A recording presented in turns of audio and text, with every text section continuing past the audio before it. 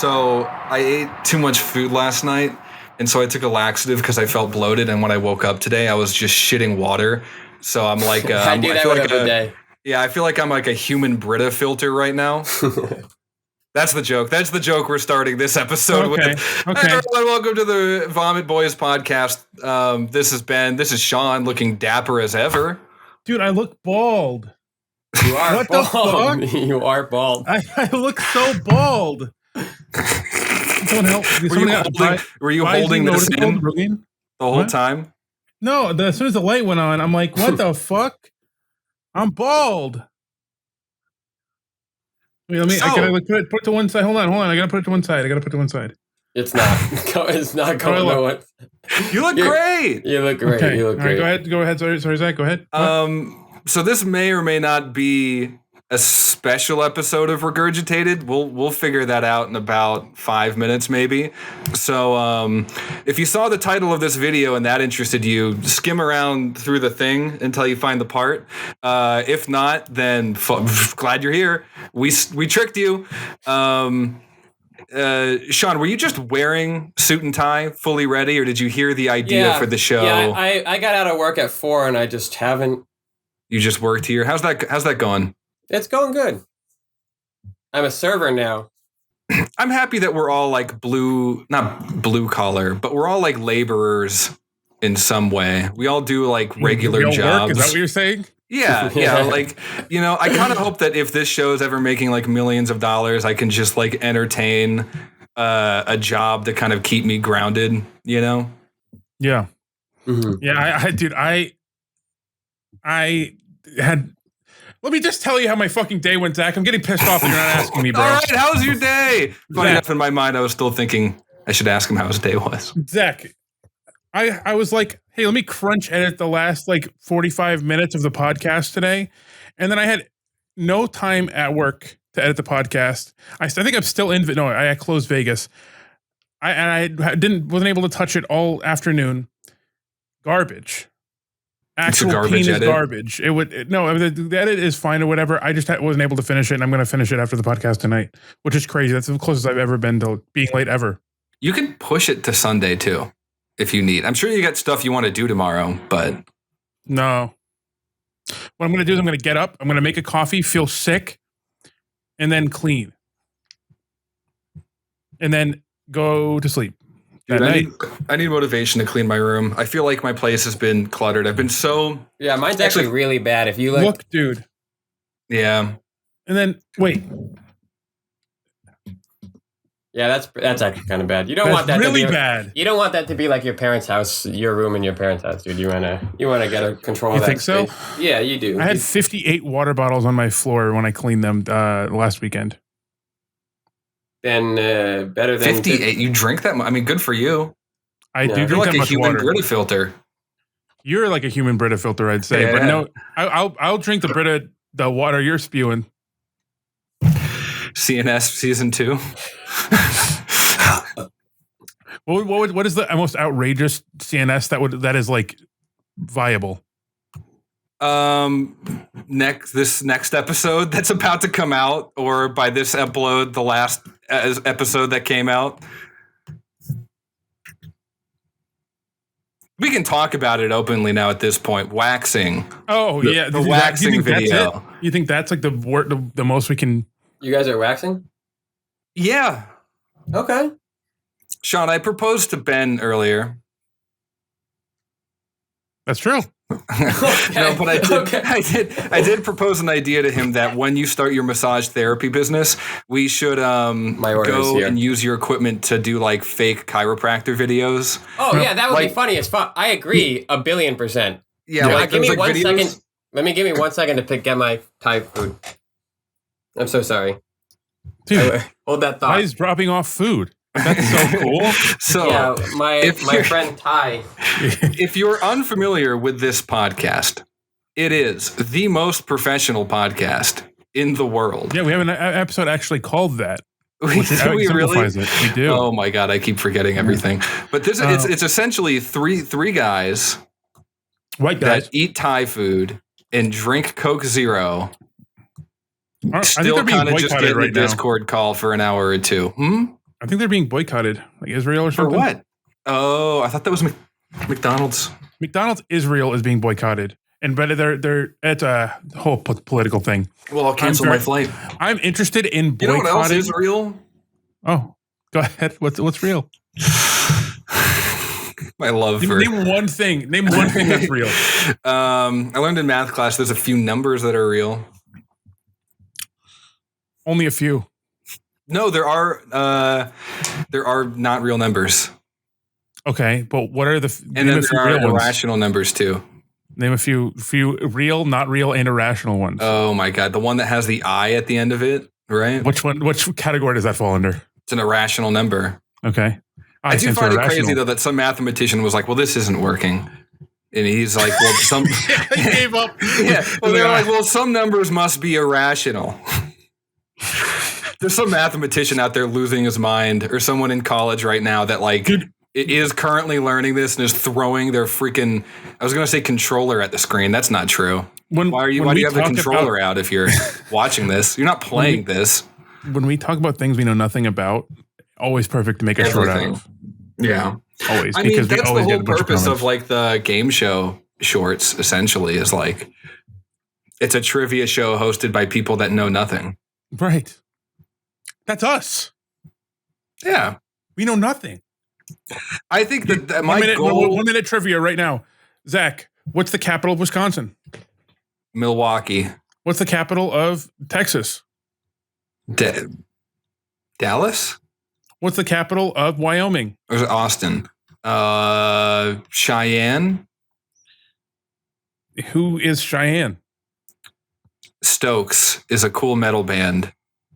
Or no, that's Cheyenne Stokes by Chelsea Agrin. Okay. Cheyenne Stokes is a cool song by a metal band. Bro, that looks just like the Thai food I had last. Wait, he got Thai food too. I'm bald? Oh, no, that's Ben. Sorry. Sean,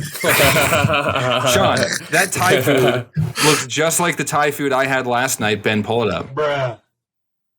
Ben, pull it up? Did you get spicy udon? Ben, pull it up. You get spicy udon? Ben, pull that up. Look at that fucking food. Tell me that doesn't look... That does look pretty good. Yeah. I just poured it all over.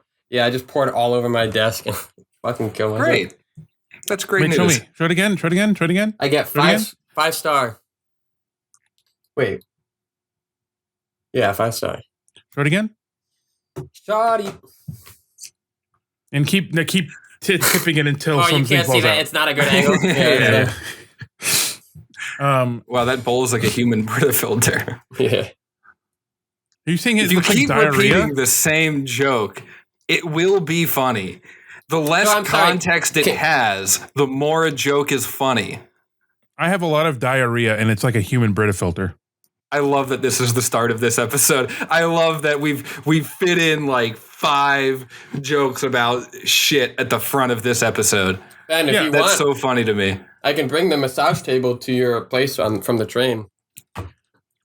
This is huge news. I can give you a massage. That'll be content. Zach, you got to come here in like August or something, by the way. Oh, yeah, I can do that. Wait, what if I gave you both actual massages? Wait, Sean, you're coming out to Cleveland in August? Yeah. Season 2. Come on. You didn't tell me? Season 2. Well, we're still finalizing it. Brian and I are getting a train. Okay. We're getting a cabin on a train for 15 and a half hours. Okay. My sister's birthday is in August, and I think there's one other thing I'm trying to do in August, but I'm glad you're telling me now because I will say this. I know Ben said September doesn't work. The reason why I said August is because that gives my hair. I want Alexis to cut it and so we can donate it. I can do closer to the end of July, like mid to late July, if that works better for. Why don't they just send your hair back? You spend all this time. Just send your hair back. Actually, funny enough, I don't think I've talked about this publicly on the show before, and I hope it happens, but I did book a trip in July to maybe go see Mr. Tristan Warner. Oh, hi. In Hawaii, maybe? I was going to say in Highway. In Highway? Yeah, maybe by that time he'll give up on his dreams and be living on a highway. Dude, I honestly, just take him back with you. Let's just make him like a permanent member of your household and the show. We've already made him a permanent member of the show. I do like. He's on?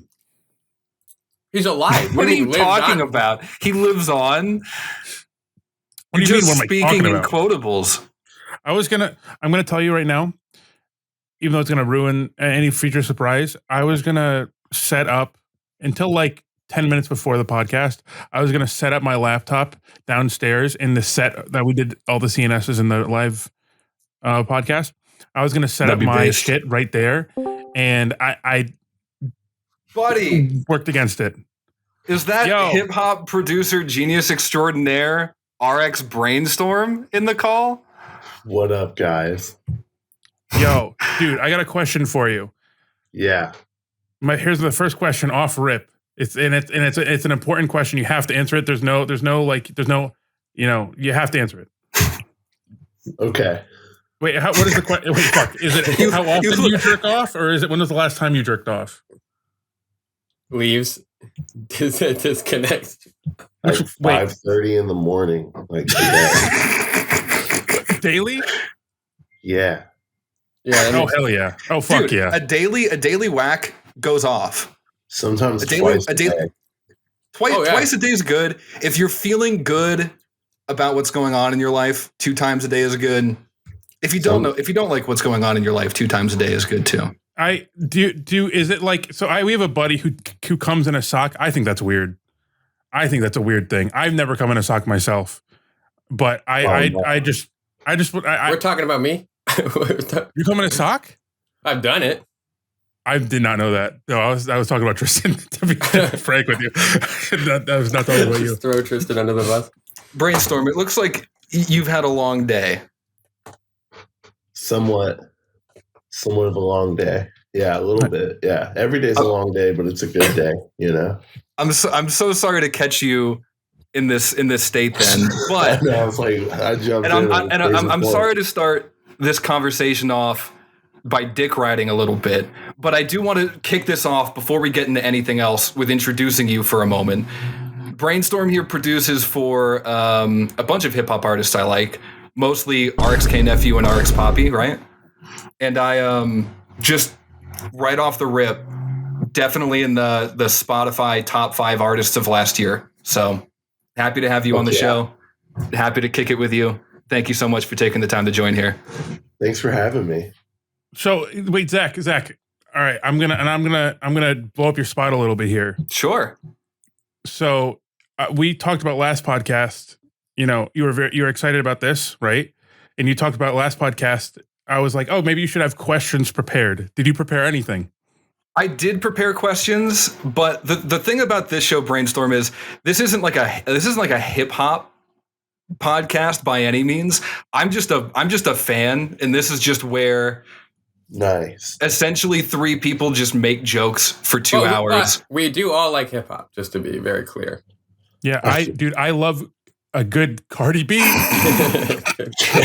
I did prepare questions to answer your question. I did prepare a list of just general things to go through. I did too. I actually did too. My first one was, when do you jerk off or whatever? Yes, and I'm happy you asked that too.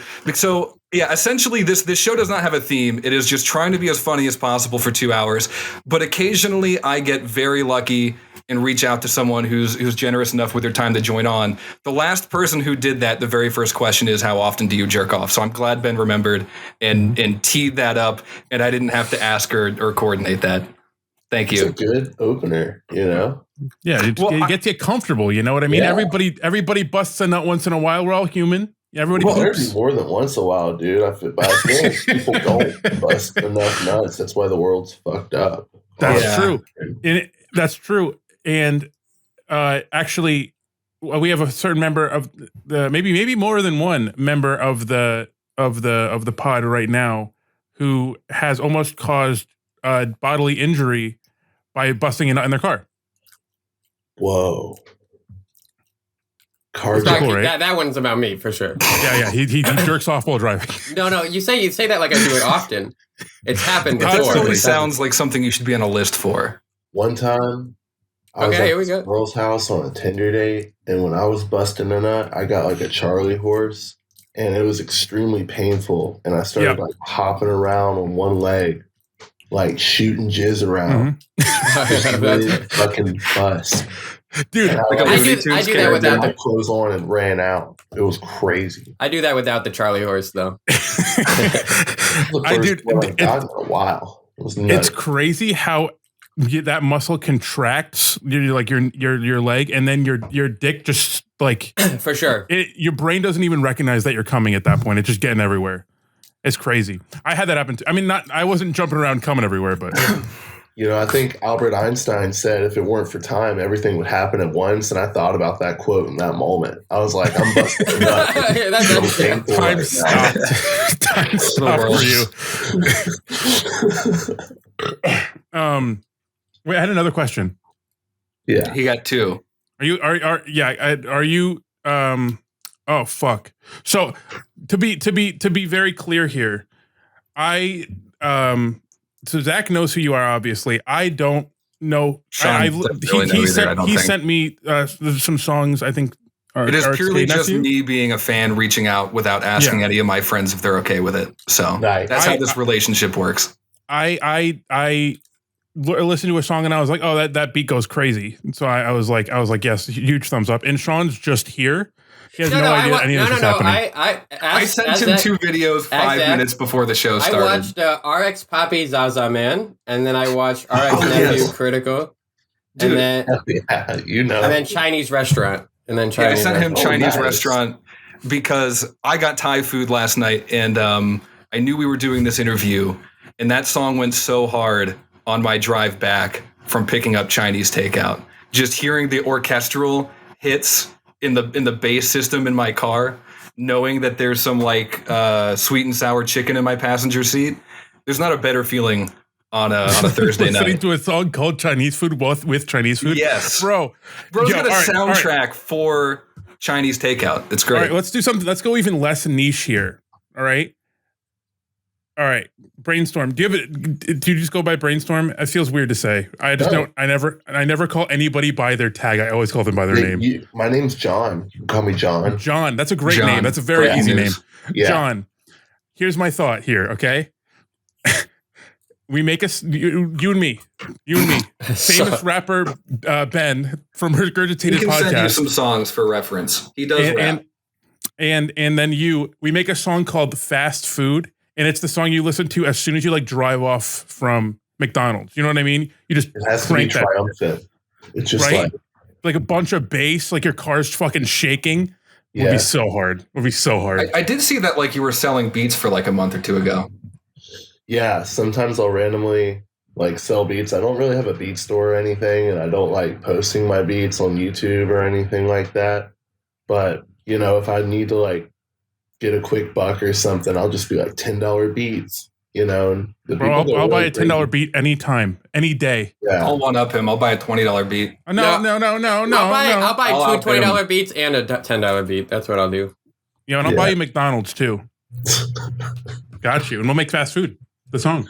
But I don't sell beats too much. I mean, if people hit me up and they really want the beat, I'll negotiate a price with them, you know. And a lot of times, like, you know, most of the time they get really pissed. They're like, why would you sell it for that? I'm like, well, you can just go buy from someone else, you know? I'm not Martin Shkreli. I don't have a drug you need to stay alive. This is a fucking rap beat, you know? So here's a question. Here's a question about the creation of the beat. Because I used to, I mean, I dabbled in high school with rap. I had my Eminem phase and stuff. So I had an awful SoundCloud account as well. Oh yeah, he had awful SoundCloud. So are we talking FL Studio here? Is that generally what you use? I'm in Ableton. Ableton? Okay. Yeah. I have never touched Ableton. It's always been like my something I wanted to look into at least a little bit, even though I don't really make music anymore. Well, you're about to. Yeah, I'm gonna make fast I'm putting food, you in the spot. Prod brainstorm for sure. No, but you're getting prodded? Yeah, he's gonna be prodded. Okay, cool. He's definitely getting prodded. I don't know if he agreed to get prodded on the show, but yeah, it comes with there's a waiver that you have to sign afterwards. I'll let him prod you. Sure. Yeah. How long does it take to make a beat that you're selling? Say you're selling beats for $10. I assume here's my assumption. They're probably older beats that you're just like, someone take them. Yeah, for sure. Yeah. You know, I got like probably 1,500 laying around on the computer.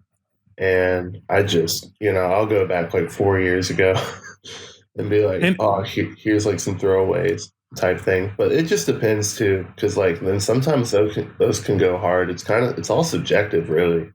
yeah, It's just like beats I don't really care for. I don't really have a plan for using or anything. is like the creative process, like you get like something going in your head, you throw it on a thing, you play around with Ableton, and then you're like, oh, maybe I'll touch this later, and then you just move on to the next one. It used to be like that, but now it's like I definitely think the beat out in my head and I try to cram it out as fast as possible. Sometimes it can be like 5 to 10 minutes and other times it can be 30, but I never want to leave a session without bouncing something out. And I rarely go back and like do any revision, because Really? I feel like it's just all about the implicit thought or notion with it. Like I just know like a rap beat's a rap beat, and in that idea, in that moment in time, I feel like it's never going to be like that again. So it's just like a snapshot. You know what I mean? I just want Is to that capture so? it and move on. When you make the beat, you have the vision. Do you wait until that like the finished idea is like heat, is like fire, or do you just make it until it kind of like matches what you were thinking? I don't know if that question makes any sense. I just like I'll like really it's just like a melody and a rhythm, and it's just like bam, it's there. Like for the most part, when I'm making a beat, like the longest part, of course, is making the texture and the harmony and everything, and the drums always take the shortest amount of time. Yeah. And then when you've made enough rap beats and kind of like the formula of like, okay, intro, or like I always just make the hook part first, and then I'll copy and paste it, and then I'll do like a change up for the verse, and then I'll move it like to the side, and then just like plug the intro in, and then like put a sound effects in, and then it's done. That's how it goes like 90% of the time. Yeah. That was the issue.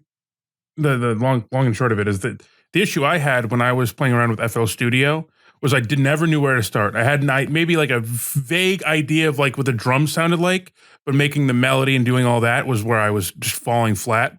And I'd always try to emulate like another song that I heard, and maybe like a progression that I heard, or like sampling something, even though I'm so trash at that. Can I piggyback off of that in like a tangential way? How do you think it was a skill or a confidence thing to develop to say just like, all right, I'm just going to do 10 minutes of this beat?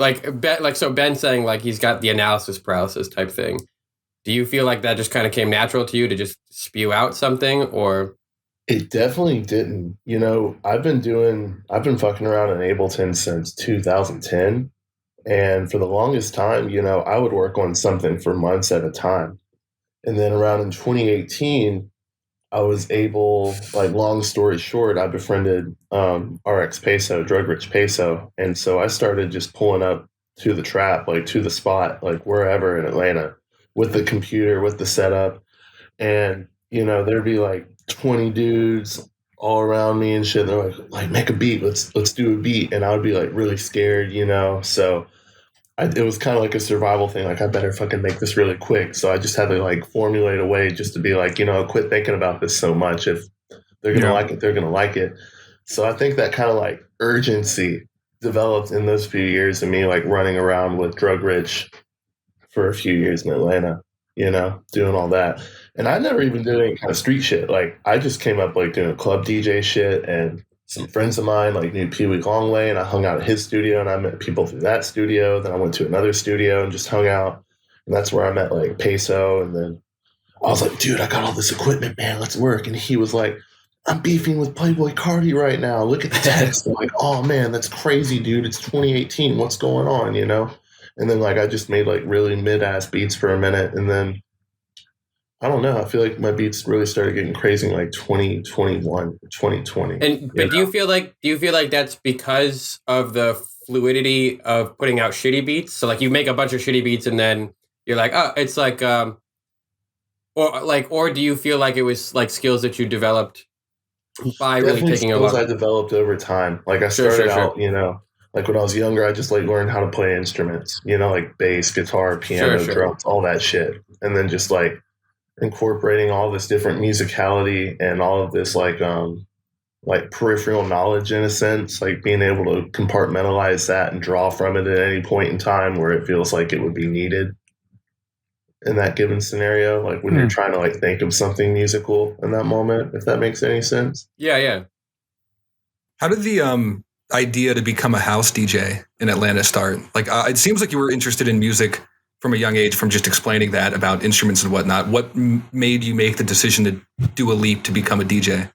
It was like a form of escapism because I grew up an hour north of Atlanta in the mountains in a town called Dawsonville. And all my friends I used to smoke weed with used to like, the cool thing was to go down to Atlanta like every weekend or random days of the week since we didn't have jobs, you know. I would just pull up to different venues where DJs would be playing stuff, and it got me really into club music and everything. And like I joined like a little DJ group where all we did was just like deconstructed club music and stuff, like all that crazy shit. And that just kind of I was in that scene for a little bit, and for some reason like it was hard for me to shit out club tracks. Like I would make a few cool ones, but it was hard for me to find like a fluid workflow compared to rap music. I feel like rap music's a lot simpler, you know, to like, in terms of just the formula, you know what I mean? Because you just have like an intro, you have a chorus, you have a verse. Yeah. It's very, very basic. You know, a bridge maybe, but.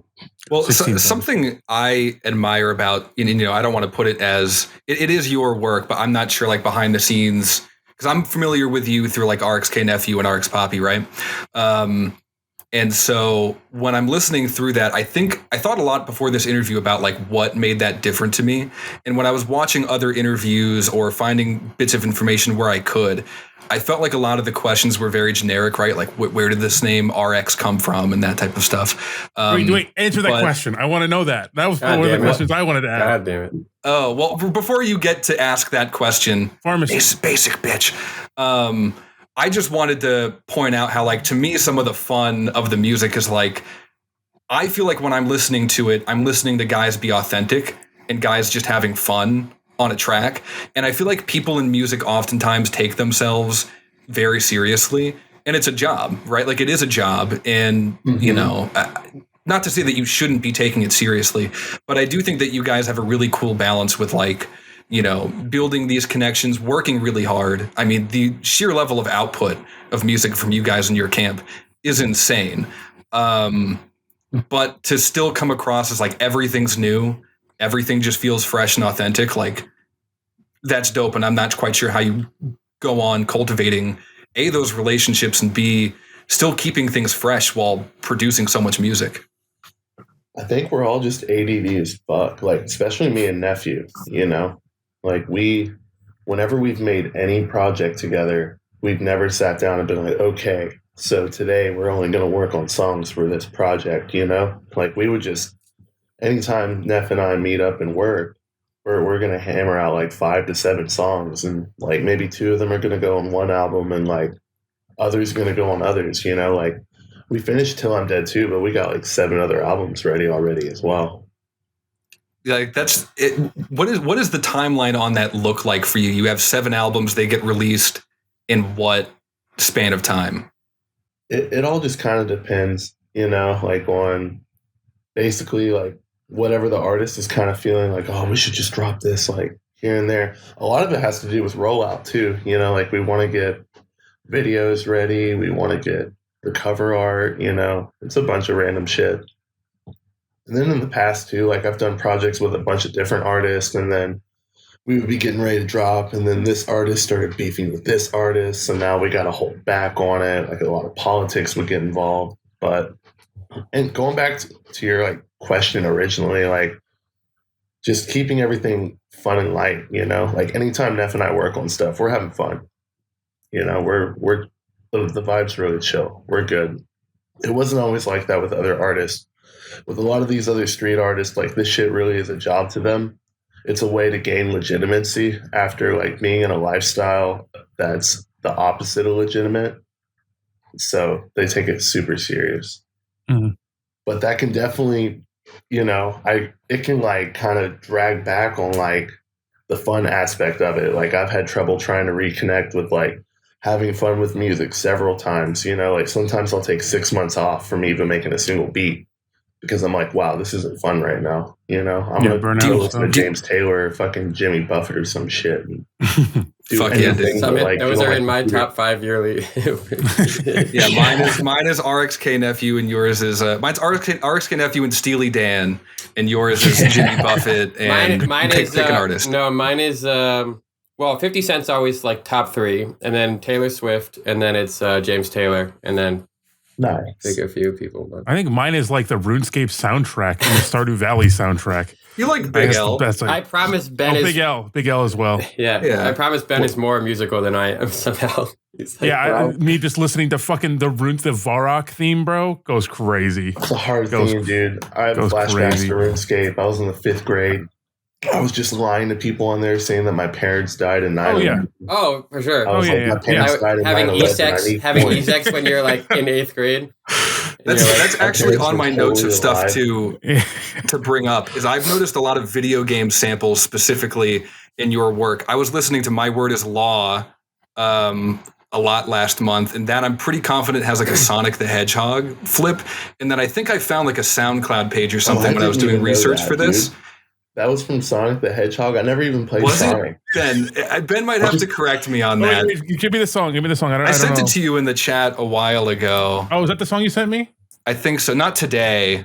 Yeah, let me find it. I know exactly what you're talking about. I'll find it and I'll play But then I think I found like a SoundCloud page. It must be old or something, but I want to say the whole beat was made with like Halo Reach sound effects or something like that. Oh, yeah, dude. Yeah. I don't know if you're like a gamer at heart. I know like when you get older, it's kind of tough to like keep up with video games, but I played video games heavy, you know, as a kid. So like I loved RuneScape and Halo and stuff. I never got too into it. I never even, you know, my parents didn't let me play online or anything. So I didn't even really get to have that as a kid until like I was an adult, you know.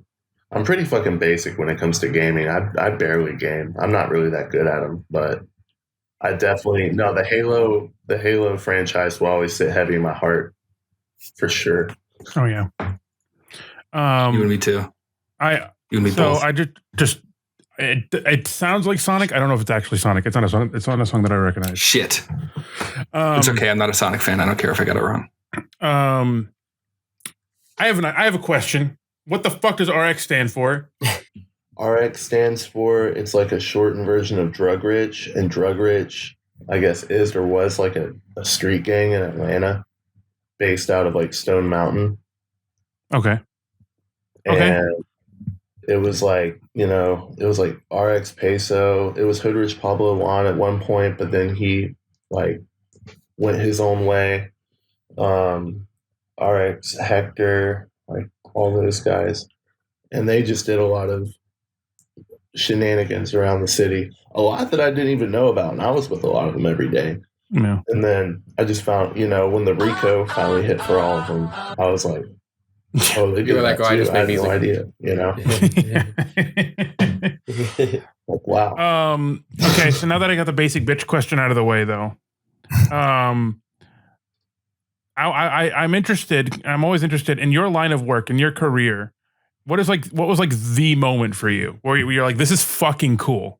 At one point, I'm trying to think, dude, there have been so many really cool moments, you know, like I've been able to go sit in some like really amazing studios off of random occasions, you know, just to hear like a $200,000 sound system and cook up on it. That's always been a really cool moment for me. That sounds dope. I guess like the cool moment, I worked with this one artist years ago and I'd like given up on music, and he called me and he's like, hey man, Sony just picked me up. Like I'm at Patchwork. I'm like, no bullshit. And he's like, no, FaceTime me. And he was really there. I'm like, okay, I'll pull up. And then he was like, play some beats. And I was like, I don't give a fuck. Let me play this fucking beat I sampled Modest Mouse in. And I sampled Float On. And then he got on it. And then Sony ended up like paying Modest Mouse for the sample and everything, and they cleared it and stuff. And like the whole band had to like sit down and like listen to the song and be like, okay, yeah, like that's really rad. It was That's cool really rad. It was probably one of my favorite bands like in high school, so it was like a cool like full circle moment for me. Yeah. What song was it? What song did he sample? It Float On. That's what I figured. Yeah.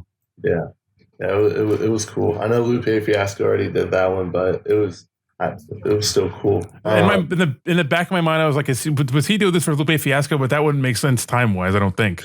No, I was still young when that happened. Yeah. But I don't know. They're just really like a lot of it's surreal to me because when I just used to be like, oh man, I was a bedroom producer. I was like, man, if I could just have some songs with some rappers, I think that'd be the coolest thing in the world, Yeah. And then that happened, and then. Do you feel like it took a particular amount of dedication to get to where you are, or do you feel like you? I don't want to say stumbled, but do you feel like you had to sit down and go like, okay, this is what I have to do to get to this position, or do you feel like meeting the right people was more of the like networking? I guess. I think it was a combination of everything. It was a shitload of dedication. Like I've sacrificed a lot of time. I imagine. Like I've sacrificed relationships and a lot of shit just to like be able to get to I sacrificed a fuck ton, and I felt like I was at the end of my rope right at the point where I met Nephew like almost 4 years ago. I was like already done, because I'd already done a lot just to get to that point.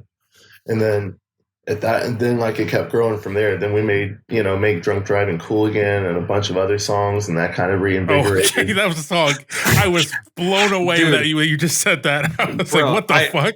I think that's like another element of like what gets people's attention is just the not giving a shit about what you're saying and just doing these like over the top funny ass fucking song titles. Like Nephew came out with a new album this week, right? It's Mind Your Fucking Business. And the song that you produced on it, or at least the one that I noticed you produced on it, is Walk In With a Bomb Strapped to My Chest. Yeah. Do you ever just sit in the studio while he's going and just go like, bro, that's it. Like, that's it right there. That's the one. Or do you get to like put your little spin on things? Like, bro, you got to make us, I got this idea. It's called Walk In With a Bomb Strapped to Your Chest. That's all Nephew. I just encourage it, he'll just say this insane ass shit, and I'm just like the proud parent, like, yeah, that's great. You kind of low key found a job as an enabler. Yeah, pretty much. Yeah. Oh hell yeah, that's dope as hell. Do you have like a line just off the dome of something that just stands out to you as really fucking funny when you're in the studio with? It could be anyone. I just have a funny feeling it would be him. There's so many. Like, I have a bad memory, but the most recent one, it's an unreleased song, but Neff saying, like, this white girl is calling her mom a cunt. She won't tell me what that means. Something.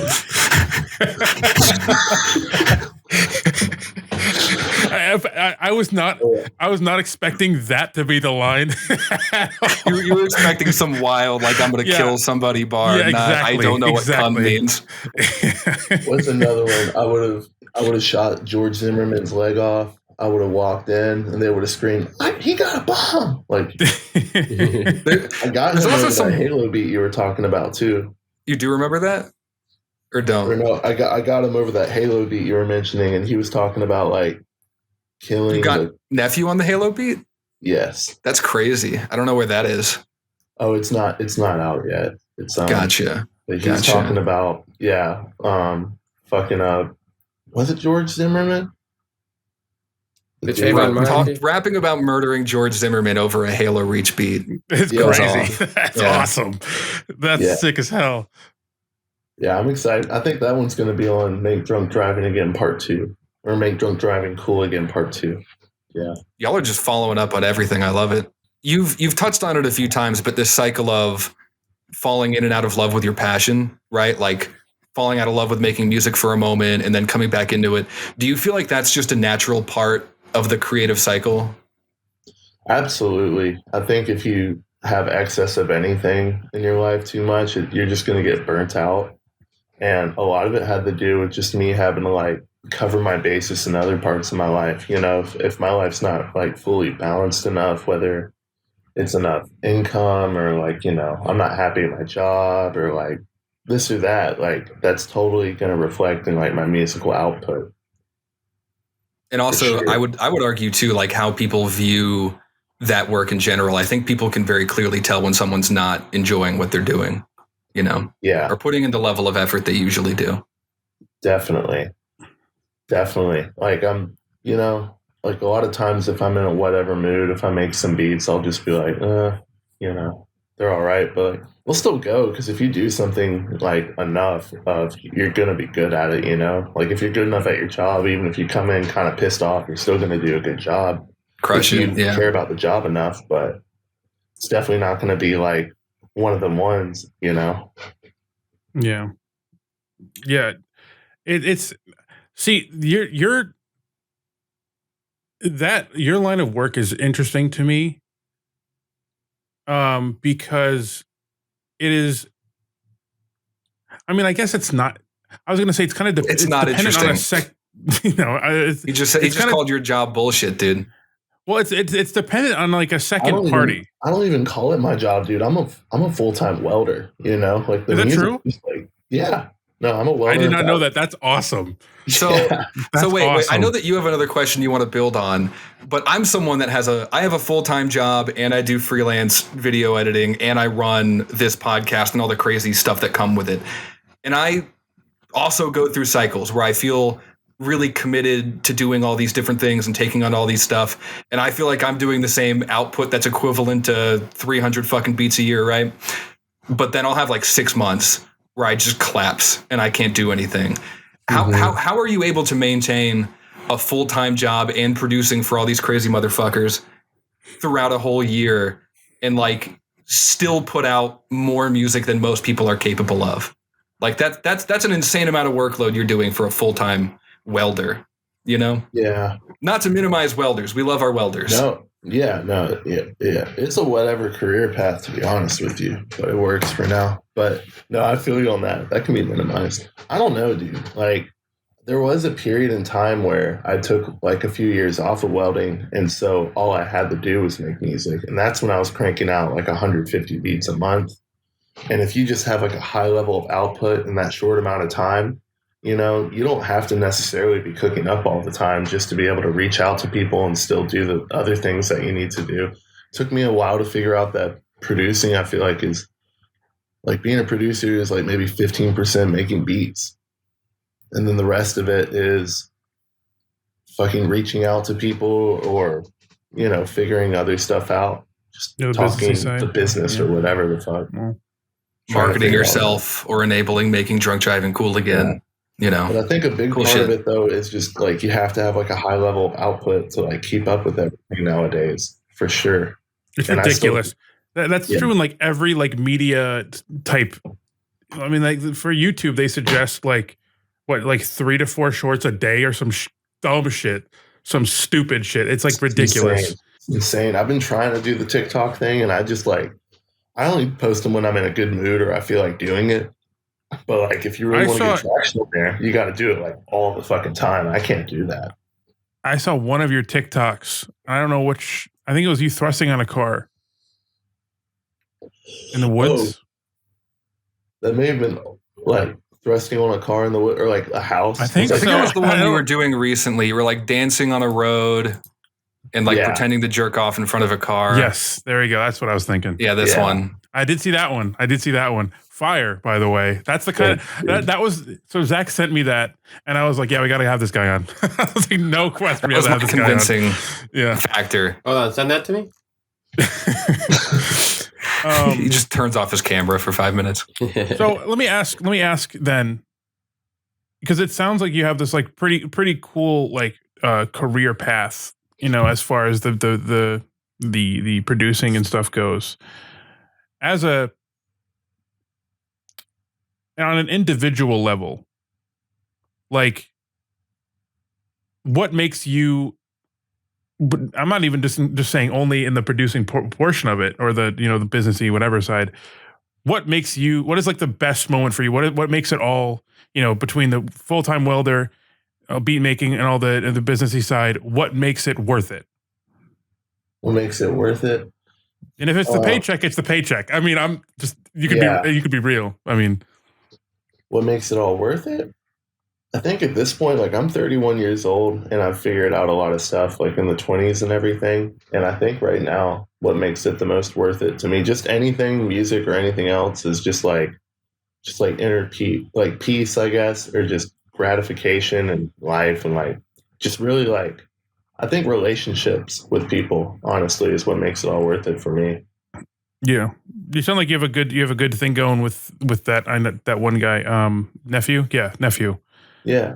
Yeah. It sounds like he's more than just a business partner for sure. Just based on what you're saying. We're definitely friends. Yeah. We've known each other for a minute, and we have a lot of funny stories together and stuff. And it always feels like a friendship more than anything. Like I love working with him so much. I've drawn back a lot from working with other people. Like I don't really pull up to studio sessions anymore or go to the trap spot, or I don't do any of that shit anymore. I don't like meeting new people in that realm, to be honest with you. I just your guy. I'm at the point now where like I recently moved out of Atlanta and just wanted to focus on like stability in my life, and music's just like a fun, cool thing for me to do elsewhere. And I'm just like living with my girlfriend and just like being happy with that. It's pretty simple. Like I don't know. I just want a simple life. I don't really want like the fucking cars or mansions or any of that bullshit. And at this point, like I'm really happy with whatever music I've made. I don't really give a fuck what happens in the future. If that kind of gives a signal on anything, I'm just happy to be doing it. Absolutely. No, totally. I mean, I think like the thing about it, I mean, the fact that you're living with your girl, and I'm sure you're, what part of the country do you live in? I moved to South Georgia. South Georgia. Deep South. Yeah. South Georgia, it's probably a nice cost of living. Like in between welding and doing the producing, you're probably financially pretty comfortable. I mean, I think that, and that is the life goal, right? Is just to be like good where you're at. Yeah. I have a great relationship with my girlfriend. We're getting married next year, Hell yeah. Congrats, bro. No, I appreciate it. Thank you. No, everything's great, I get in my head too much. Like for a long time, I was just moving so fast of like, I'm trying to detrain my mind into thinking like, you got to get this done. You got to attain this, it doesn't matter. Like exactly. I was so in my head for a while because a lot of my friends are just like super fucking lit and successful in their finances and their lives and stuff. And they're doing all this and that. And I'm like, man, I'm the broke friend. I got to do something, and it's like, but you just kind of slow down and just like put the blinders on and be like, what makes you happy? Like, what do you want out of all of this? Yeah.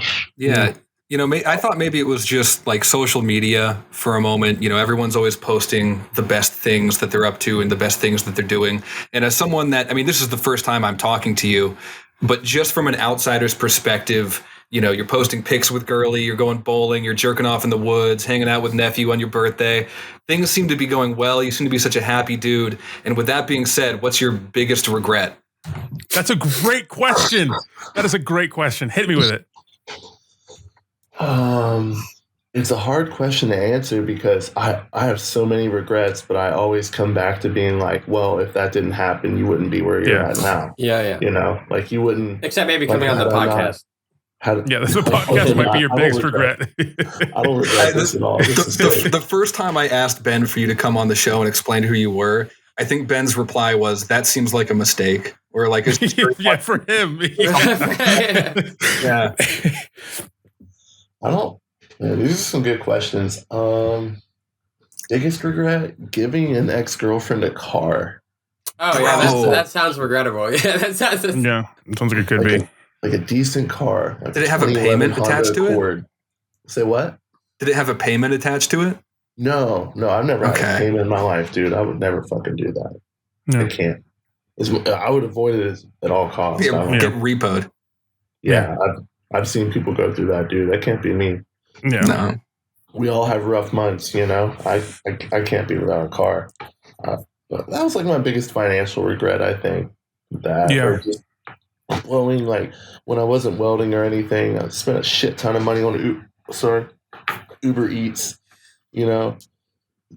smoking a fuck ton of weed for the longest time. How's your memory? Say what?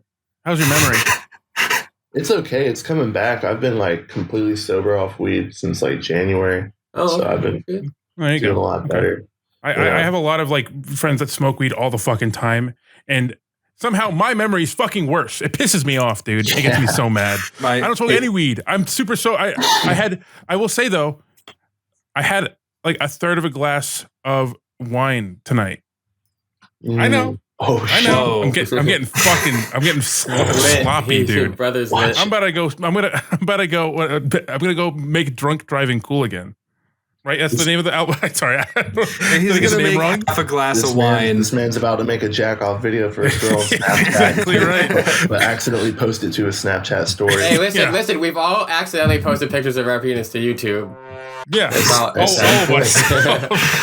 I would kill to recreate that moment for Brainstorm right now, but that's lightning in a bottle, Sean. Record it and pretend like... We had a moment where Sean did like a pre-recorded bit for the show, and he like was going to edit it because he gets naked for the bit, but he was going to edit it and censor himself, but he accidentally streamed. I just straight up uploaded to YouTube the completely uncensored video, and it's funny because in the thing I was like, I messaged Ben, hey, I'm just going to make this private because I'm going to delete it later and I don't want to forget about it, and I didn't even think to check if it was fully edited. And then while we were playing it, I just one thing you should edit. Yeah, I just started screaming like, pause it. It's like completely naked. It was so funny. So actually, your biggest regret is or your worst regret is better than that. So I applaud you. Yeah, true. I actually have a weird thing to go off of that to kind of tangentially. So I was uploading home videos to an unlisted channel. Your kid brothers. Right, well, that was that, but I censored the one that you're thinking about. But there was an ass and a dick of one of us out in the video, right? And YouTube flagged it. It was unlisted, 0 views. YouTube flagged it and gave me a strike because my home video baby dick was in it. So I'm confused. How the fuck? Who saw that? Your little baby dick did not get flagged or removed from YouTube. I just thought that was weird. It's not a baby dick, dude. It's very it's an educational film about Nair, but from the front.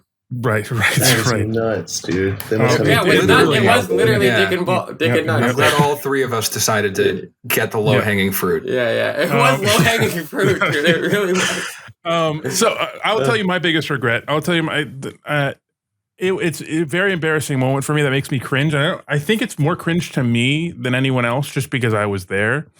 But when I was in high school, I was having a pregnancy scare with my girlfriend in high school. Ooh. This is new information for me. Not me. Yeah. And I thought I told my health teacher. And this shows my memory is really bad. So I thought I told my health teacher. So when she walked up to me and asked, "Oh, so how'd it go?" I said, "Oh, don't worry, she's not pregnant." Yeah, that was very funny. I never told that woman that I was having a pregnancy scare. I'm just an idiot. Yeah. And the face and like the pause was just, it makes me want to die. You know what's so funny? So it's like calling your teacher mom. Yeah. I did that in the 2nd grade. I did that. I do that today. And he calls his mom teacher. But, and no, it's the same. So Ben comes up to me because Ben wasn't old enough to buy Plan B yet. And I was old enough. So he asked me to buy Plan B. But I didn't have a car at the time. So I said, "Mom, can you drive me to CVS but not come in?" And she said, "Why?" And I was like, "Okay, well, Ben needs Plan B. That's why." And she was like, "Oh, should we tell his mom?" And I'm like, "Please don't tell his mom. Please don't tell Kelly. Please don't tell Kelly." Yeah, that shit. High school is a bad time. High school is very embarrassing for me. I was the most cringy in high school, which is crazy, considering me now. No, we had people with actual Down syndrome in our high school. So that cringy? I'd say I was the most cringy in my life in high school. What part of the country are you guys from? All right, Sean, go first. Answer it. Yeah. East Coast. I'm near Boston. Oh, okay. Cool. I was in Central Connecticut, and I moved in October to Ohio, Cleveland. I live in Phoenix, Arizona, but I grew up in Maryland, in West Virginia, and Massachusetts. Nice. Hell and yeah. you've only been in. Sorry, this is wrong. You've only been in Georgia? Or only lived in Georgia? I lived in New York City in the Bronx for a year. I went to like a maritime college for a little bit up there. And then I've lived in North Carolina and coast of Mississippi for a second. That's where I learned how to weld. That shit was nuts. Shit was crazy, dude. Tinder was fucked up down there, dude. Oh, probably crackheads, bro. Mississippi? Dude, it was crack. Yeah, dude. It was fucked up, dude. It was so weird down there. I got catfished by this one girl. I met her at a casino. She did not look like the way she did. Classic, dude. Classic Mississippi catfish. Classic. They had a subway every 0.5 miles. Like, oh, that's my kind of one place. out of 5 people couldn't read. Like, it was nuts. That's great. I've never been to Mississippi, but if it's anything like my experience with living in West Virginia, it's like borderline third world country in like some of those counties the further you drive through. It's like, I feel like it's just where I was on the coast, so I feel like it was just West Virginia at the beach. Yeah. I don't know, West Virginia would be sick if it had a beach. But the Bronx is all right. The Bronx was kind of shitty. They had the Bronx Zoo, though. I fucking hate New York City specifically. The Bronx, I don't know. Well, wait. Let me ask. You got friends in New York, the Bronx, I assume, still, right? Yeah, I got friends. Did they feel the? Do you know if they felt the that fucking huge ass earthquake today? Yeah, my friend texted a group chat this morning. He was like, "Yeah, I just got an earthquake." Yeah. It's fucking crazy, dude. I was on a big call at I work insurance. I was on a big call, and one of my teammates messaged me, and she was like, "Bro, I think we just had a fucking earthquake over in Connecticut, in Hartford, Connecticut." I'm like, that doesn't make any sense. That's Connecticut. What are you talking about? Yeah, crazy shit. I felt an earthquake in North Georgia one time when I was younger, and it was just like a little shake, dude. Like I felt like someone was just jacking off under my bed or something. Yeah, right. Yeah, just doing some soaking or something. I wish I had foam. I had really bad FOMO when I heard that there was an earthquake. Soaking? Oh, I thought you were talking about soaking. Not the soaking part. No, I had really bad FOMO when I heard that there was an earthquake in Connecticut, and I moved away 6 months ago. I was so pissed. I was like, bro, that would have been so fucking sick, dude. When I was a kid, we were playing Xbox, and I was in an Xbox party, and I was like in Maryland, and my friend group was scattered across the East Coast. Like some people were more south, and we would it was almost like a straight line as our friend group. And I was the first person to feel the earthquake. And I was telling everyone, I was like, bro, I'm in an earthquake right now. And they're all dogging on me. They're all like, no, like you're lying, like get out of here. Because earthquakes just don't happen there. And then like 5 minutes later, another guy's like, oh, we're in an earthquake. And then like 2 minutes after that, someone was like, oh, I'm in an earthquake. And we could, because we were all talking to each other online like this, like kind of track the earthquake in real time as it like rippled through the East Coast. It's crazy. It was neat. Cool as shit. It was neat. There's no point to that story. It's just neat. No, that is really neat. It would interest me to have that experience with today's earthquake if I lived in fucking Connecticut anymore. I'm so pissed, dude. I wanted to experience it. Move to California, dude. Ohio, there's a part of Ohio, I think it's like 2 hours south, that gets like a 1.6 earthquake like maybe once a year. This sounds like bullshit. An annual like Ohio earthquake? Yeah. It's like almost yearly there is an earthquake like 2 or 3 hours south. It's just a weird fault line meme or something. I don't remember. But a meme? Meme, yeah. It's like a fault line meme. What do you mean by that? It's a fault line meme? Yeah, just like once a year in Ohio? What the fuck are you talking about? There's a fault line there or something. Geek hard, that's what he means. yeah, geeking hard. But I was pissed. I wanted to experience it. I have a weird thing where you have plenty of weird things. I get FOMO with like natural disasters. Like if someone is dealing with like something that isn't deadly, obviously, but like if someone's like dealing with like a tornado down like a few miles away, I'm like, I want to be there. That sounds cool as fuck. And I'm not a rush seeker at all. I don't know. I just feel comfortable being in a house with something happening outside the house that is not hurting me. I don't know. Maybe that is rush seeking. I'm not sure. No, I totally get that, dude. I remember when I was in the 8th grade and Hurricane Katrina was happening. We're all watching at the screens at the school, and I was just fucking pissed. I was like, I wish I could. I want to be there. Be there right now. Yeah, I wish I was flooding the streets of Miami. Dude, Hurricane Katrina was nuts. Like, because when I lived in Mississippi, all my neighbors and shit lived down there during that time, and they told me some ridiculous ass stories that didn't make the news or anything. But at one point, that whole region of the country became like a third world fucking country. Yeah. And people would like camp out on highways and they would ambush like 18-wheeler trucks just to get food and shit. And my neighbor said he was with a group of people who ambushed an 18-wheeler. Like they all had their guns on them and they got it pulled over. And when the truck driver was like, you don't want to open this shit, and like they opened up the bay doors of the truck or whatever, and it was just a shitload of body bags that fell out. It was just like 18-wheelers, Sheesh. fucking bodies. He's like, trust me, bro, not food. Not food. Yeah. Well, Dude, it could be, I guess. But that that's American Sniper guy who wrote that book and had that movie and everything. There's like a section of his book where he claims he, during Hurricane Katrina, set up on the top of the Superdome and started sniping looters. It sounds like horseshit, and there's no way to verify it, but he has this whole section where he talks about like somehow getting to the roof of the stadium and just shooting people indiscriminately that are looting stores because he felt like it was morally wrong or something. That guy, yeah, I can't add to it. Absolutely, that guy just loved capitalism.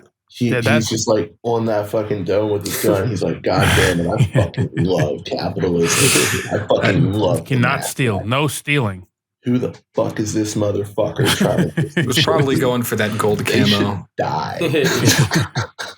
What the fuck? It always kind of like blows my mind because I've lived in like a pretty safe areas. I mean, Cleveland, I guess, is a little bit different, but I've lived in generally safe areas all my life. And it's crazy that those things just happen.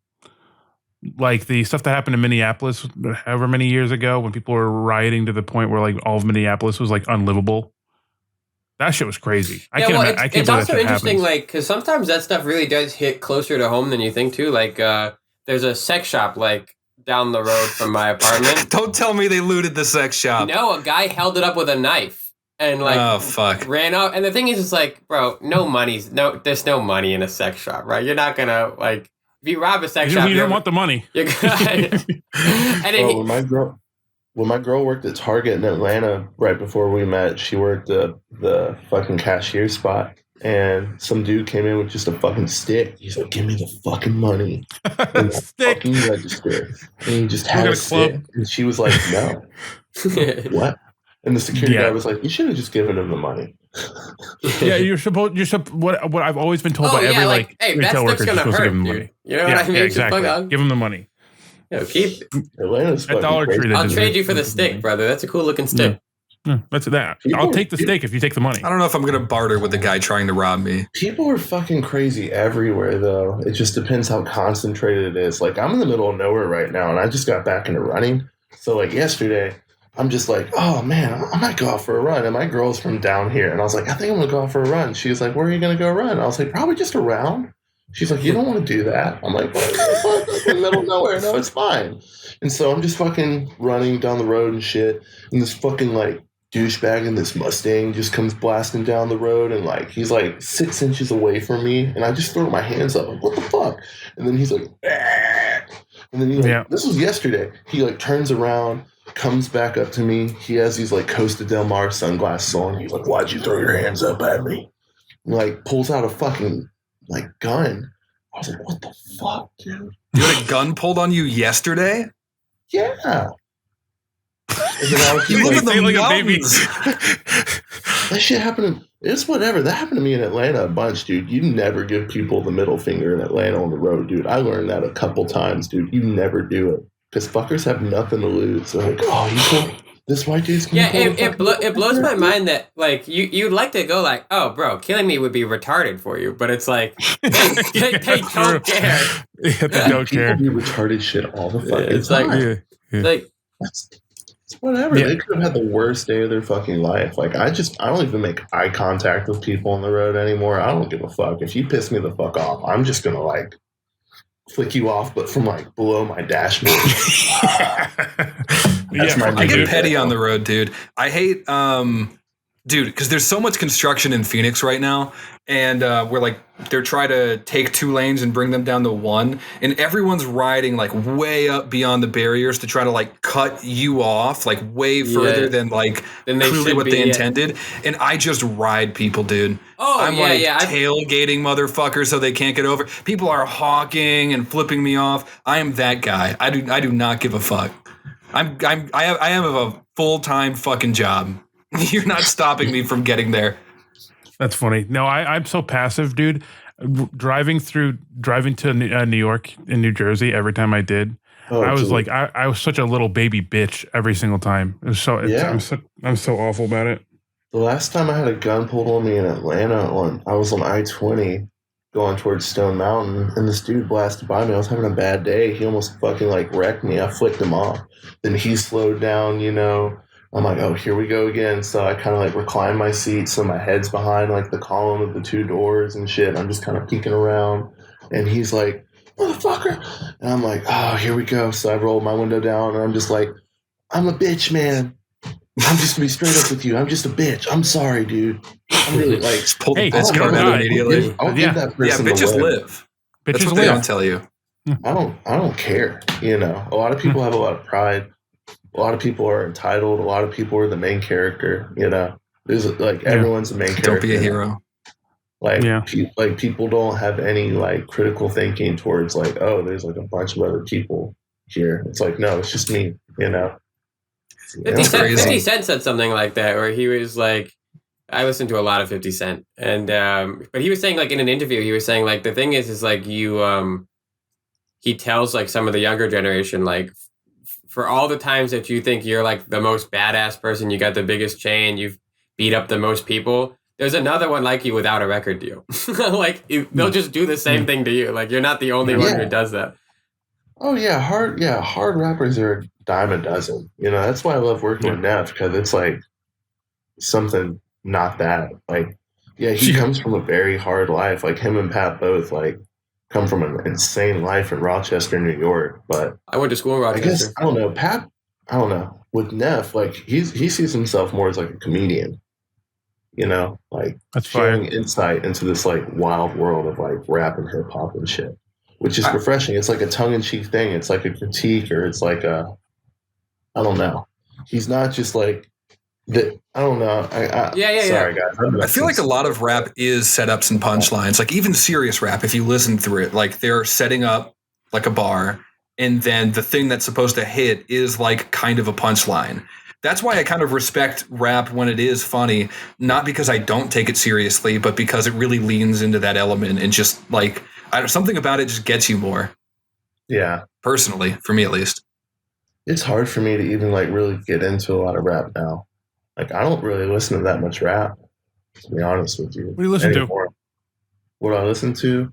No. I've been going back and listening to like more electronic music lately. Again, like a lot of UK jungle type shit. Yeah. Like, I've noticed a lot of like drum and bass break patterns on like, because I was listening through Tell I'm Dead Again this past week, and just a lot of drum and bass breaks over whatever the sample flip is. Yeah. Yeah, that shit, I don't know. Like, I feel like that the time period of my life when I was like 19, 20, I was like super just receptive to a lot of different subcultures of like dance music that really got me going. And it was also just a fun, unique time in my life. I think a lot of it's just like associating that music with whatever, like how everyone associates a certain music with like a really unique period in their life that they like to reflect on. And for me, I think it's a lot of that kind of music. And that's why I like putting it into like my rap beats, because it's like, you know, like it takes me back in a sense. Dude, I every time that I talk to someone who knows how to make music, not the vocal or the voice portion, I mean like the actual like the beats or like the, you know, sort of play instruments, I have all these like vision, or I envision the like optimal beat in my head, and then I'll go into an FL Studio. What's that a free one? LMMS? Is that what it's called? I think it's a free version. It's garbage. And I'll go into it, and I'll not GarageBand. That's all. That's another one I'll go into. But I'll go into one of them, and I'll just like I don't know. It's such an interesting thing because I have no idea what the fuck I am doing. Like I know a good melody. I know I can probably make up a good like drum and bass, whatever, kick, whatever, all that. But as soon as you want to put it all together, or as soon as you want to like play with effects and stuff, I am idiot. I'm big dumb. And can we have Brainstorm react to one of your rap songs? Do you have a song you feel confident? Yeah, but I didn't make the beat though. Like I feel like he would. Yeah, but I don't know. It'd still be fun. David. Yeah, I mean, I'd be super down for that. But a question that I was going to ask a little bit before, you're in an interesting scenario, right? Where you are as far as the music portion, you are a producer, right? So you making beats. I assume you've never rapped on a beat or done anything like that I before? have. You have. I've put out a country rap mixtape a few years ago. No Okay, shot Okay, you have. can you send that to us? Is there? Yeah, that sounds fire. I want to hear that. It's pretty trash. I hate the sound of my voice, but yeah, it's called the group it was like a group. My friend was going through a divorce, and I was like, dude, come to my home studio. Let's make a country rap album. And That's we called the fire. group. It was a stupid name. It was called Duck Thurmond. Duck Thurmond? Yeah, Duck Thurmond. It was the name of a road in my hometown, Dawsonville.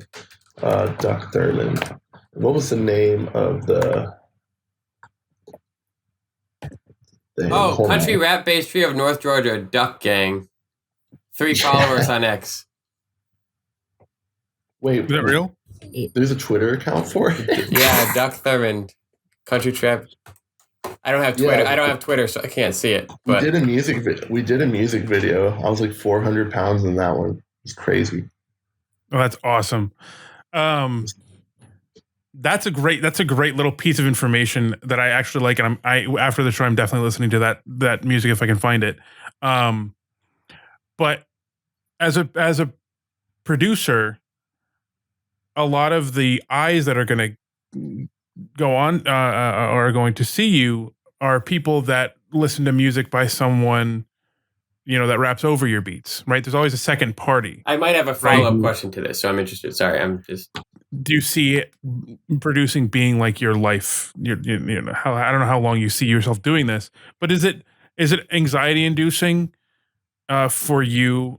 The idea that if like just one day for some reason everybody was like, I don't want to work with RX Brainstorm. Do you think the idea of someone being turned off? Are you saying like being turned off by something they hear as a production, and then they'll go like, oh, I don't want to work with the no, it's more of like pigeonholing. No, it's more of like, how would you big of a stop? part- I guess the end goal of my question is: would you stop producing beats if it was unsuccessful for you?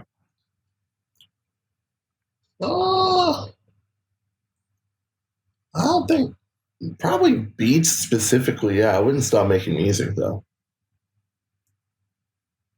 But I would. I probably would make less beats for sure. Yeah. I don't. Yeah. I think more country rap. More country rap. More like probably more house. A lot of house music. I'd probably do that, or like I've been getting into like orchestral arrangements, or just experimental, whatever the fuck. I think music's just always been there, always been something there for me, just to fucking come in the room and make and just make me feel something right there in that moment. I think that like my most powerful moments with music for me personally is just like sitting there and making something that really moved me, and like it all started with just doing it for me. Yeah.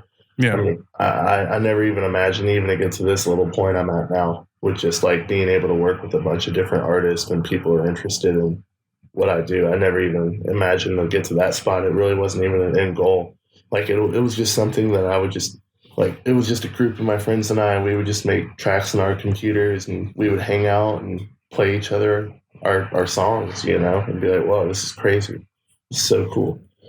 I think that was like the most genuine fun part of it. So I'm really glad that like making beats with rappers isn't really conducive to that original feeling of happiness that music originally brought me. Because if it was, then that question would have freaked me the fuck out. I would have been like, dude, I don't fucking know. But like, yeah, if everyone wakes up tomorrow and they're like, fuck Brainstorm, I don't want to fucking work with him, I'd be like, okay, that's cool. That's fine. I got my girlfriend, I got my job, I got my little home studio. Like I don't give a fuck. I got my friends, Yeah, you're already satisfied in what you got. It's not like I don't know. I've like even in the past, I guess like 6 years of really being super heavily involved in like rap and everything has really given me a sharpened perspective on like people and how, for the most part, they just want to like do something with you because they want to get something out of you. It's like super cutthroat. It's that whole entertainment industry being really like mean and stuff. And like, I'm not really like a shark, business minded, mean person, you know? Like I just like to make shit and I just like to have fun and like I used to like meeting new people, and I'm like less privy to meeting new people now, I guess, just because I've met so many like shitty people. But overall, like it's just I don't know, dude. I'm just happy to make music. I really don't give a fuck if people don't want to work with me tomorrow. Yeah, you're fulfilled in doing it. Is what it sounds like. You're I'm completely fulfilled to this point. Like I'm happy with whatever I've made. You know, like I got the fucking album on vinyl. I've got shit on cassette and CD and whatnot, and ticked all the boxes. Gotten the Pitchfork reviews. Like it would be cool. Like honestly, if there's any kind of goal I'd have, it would be cool to come out with some kind of project that was just me. Not vocals or anything, but just some kind of like instrumental form of music where I could like display that, you know, that would be really cool. But other than that, I'm happy with what I've done in rap already. I don't give a fuck if nothing happens tomorrow, you know? No, that's great to hear. Do you listen to your own stuff when it comes out? I honestly, I really do. I listen to my own stuff a bunch because I'm always trying to figure out, I guess, like where I went wrong with like a mix or something, or like how, like I always like a lot of it's like putting myself in that snapshot of that moment of like what was my life like in the moment I made this beat, you know, and it's just like a flood of memories comes back, and to me that's really cool. It's like a scrapbook. Yeah, that's how I kind of look at it. Sick as hell. This might be because I listen to a lot of hip hop in general, but I listen to a lot of music in general. But the thing that's unique to hip hop is the sort of the producer. And I feel like, at least personally, I don't know, like I couldn't name, Pharrell is a producer, right? But I couldn't name like a Dr. Dre. I guess I could name a few, but the point I'm trying to say is if someone like, if Kendrick Lamar comes out with a song, or he did, if Kendrick Lamar you just keep naming people that we know names. Okay, but long story short though, like I could not effectively or consistently name a producer and even on my favorite songs. And I wonder has anyone like reached out to maybe Zach? I guess this is the like has anyone ever reached out to you and said like, I love your production? Like, because to me, I wouldn't even know to like message. I couldn't message Pharrell, but you know, you could. I could, but like, it's just interesting because I messaged Kanye to come on this show. He didn't open it, except for the fact that I wouldn't consider you. You're obviously not like a small producer, so you're not like a small YouTube channel like the people that Ben steals beats from. But but like, I don't even know if I would have known to be like, oh, I'm following this guy's discography or something. Is that interesting to you that people enjoy your discography as a producer? It's it's really cool. A bunch of people honestly reach out like consistently, like every week, you know, like I always check my message request and people are just like showing love, and it's really unique to me. I'm just like, because I don't know. Yeah, sorry. No. I cut you off. The point of the question more along the lines was like and maybe I'm just actually a piece of shit, but it's when I listen to a really good song and I go, wow, that beat was good. I don't find myself like, is it rare? Do you find that it's rare? Obviously you get people contacting you, but do you think in general, most people don't give a fuck about the producer. People don't give a fuck about the producer. Yeah, for sure. Yeah. I think that's changed a little bit, you know? I think more younger people nowadays are, in general, I'm just a little bit more interested in the producer, but definitely, you know, if you rewind it like 10 years ago, no one gave a fuck. Do you get credited in pretty much every song that you are on? Credited, just like in terms of like in the title of it? Yeah, sure, like prod, Brainstorm or whatever. For the most part. Yeah. Yeah. Is there a reason you wouldn't be? Is there? Yeah, just people don't give a shit. They'll just take it. Oh, fair enough. Yeah. Or I assume if you sold like all the rights to a song, they could just do whatever they want with it. Yeah. Yeah, I just recently started selling beats and shit. For the longest time, like I never made money off of shit. Unironically, if you are down to sell a beat to me, I will Venmo you. I'll give you a $10 tip. I'll do $20. Between Ben and I, we'll figure out a way to meet your price. Unless it's ridiculous. Unironically, I think that would be fire as shit. If we could get if we meet today, me not knowing really too much about you, and we meet today, and then I rap on a beat that you made, I think that's a fire idea. We'll figure it out. I'm just saying. I'll chip in. Whatever the thing is, I'll figure. We'll figure it out. I fuck with. Actually, can I just? We can work something out, dude. I fuck with you.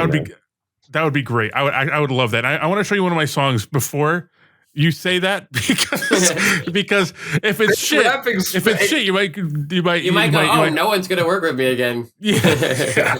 No, but I have to say this is such a tangent. So I'm sorry.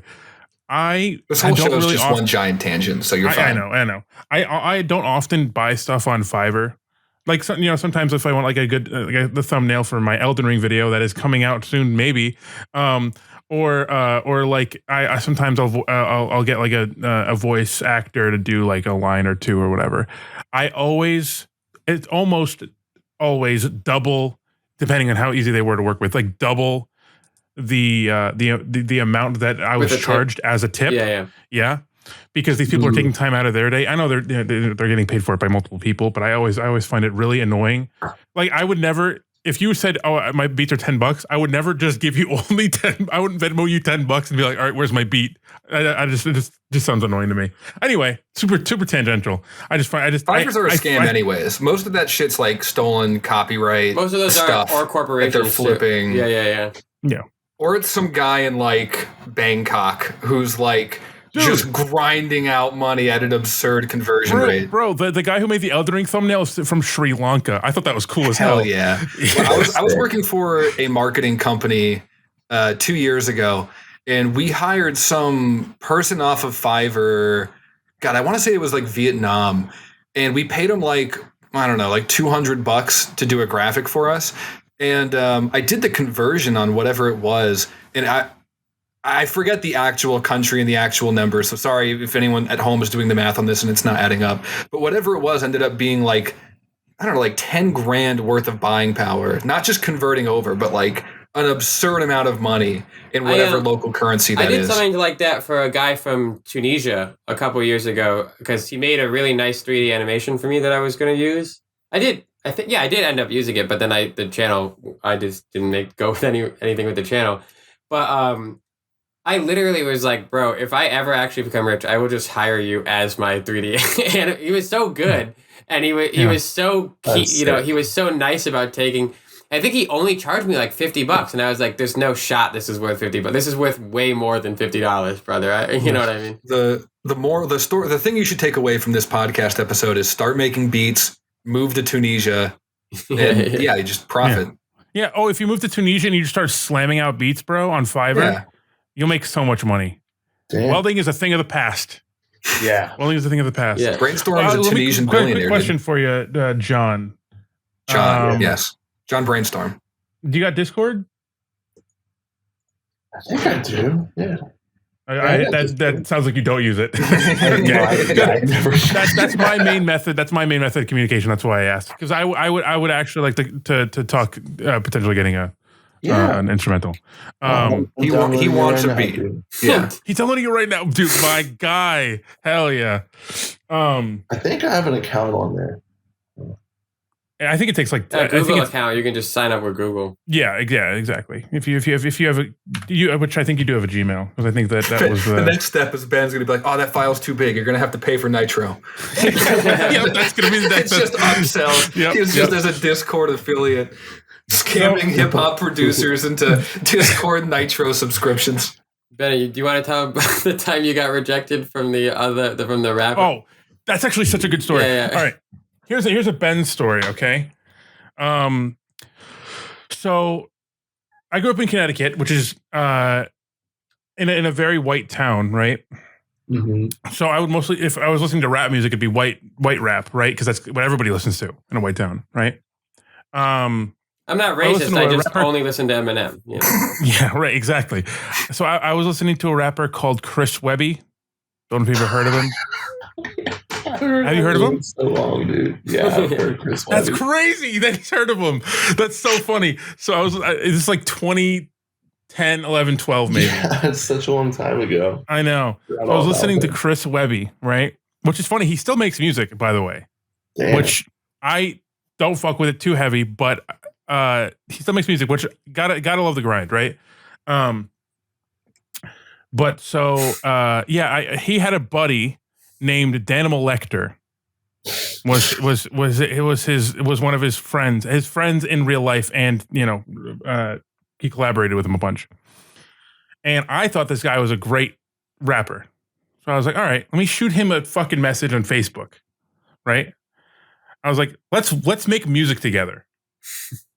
Like this is 16-year-old Ben messaging. Not 15. 15. Okay, maybe 15. Yeah. I can actually show you that song too if you want. I think I have it. Now finish the story though. I do have it.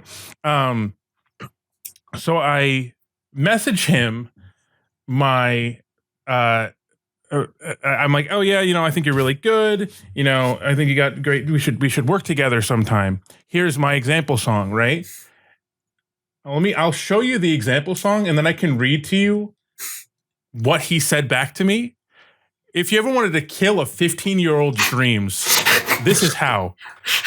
Hold on. This is bad. Like this is a bad song. I mean, obviously, right? This is from 12 years ago. It's called BNO, Boys Night Out. All right, you ready for this? It's not great. This song's great, by the way.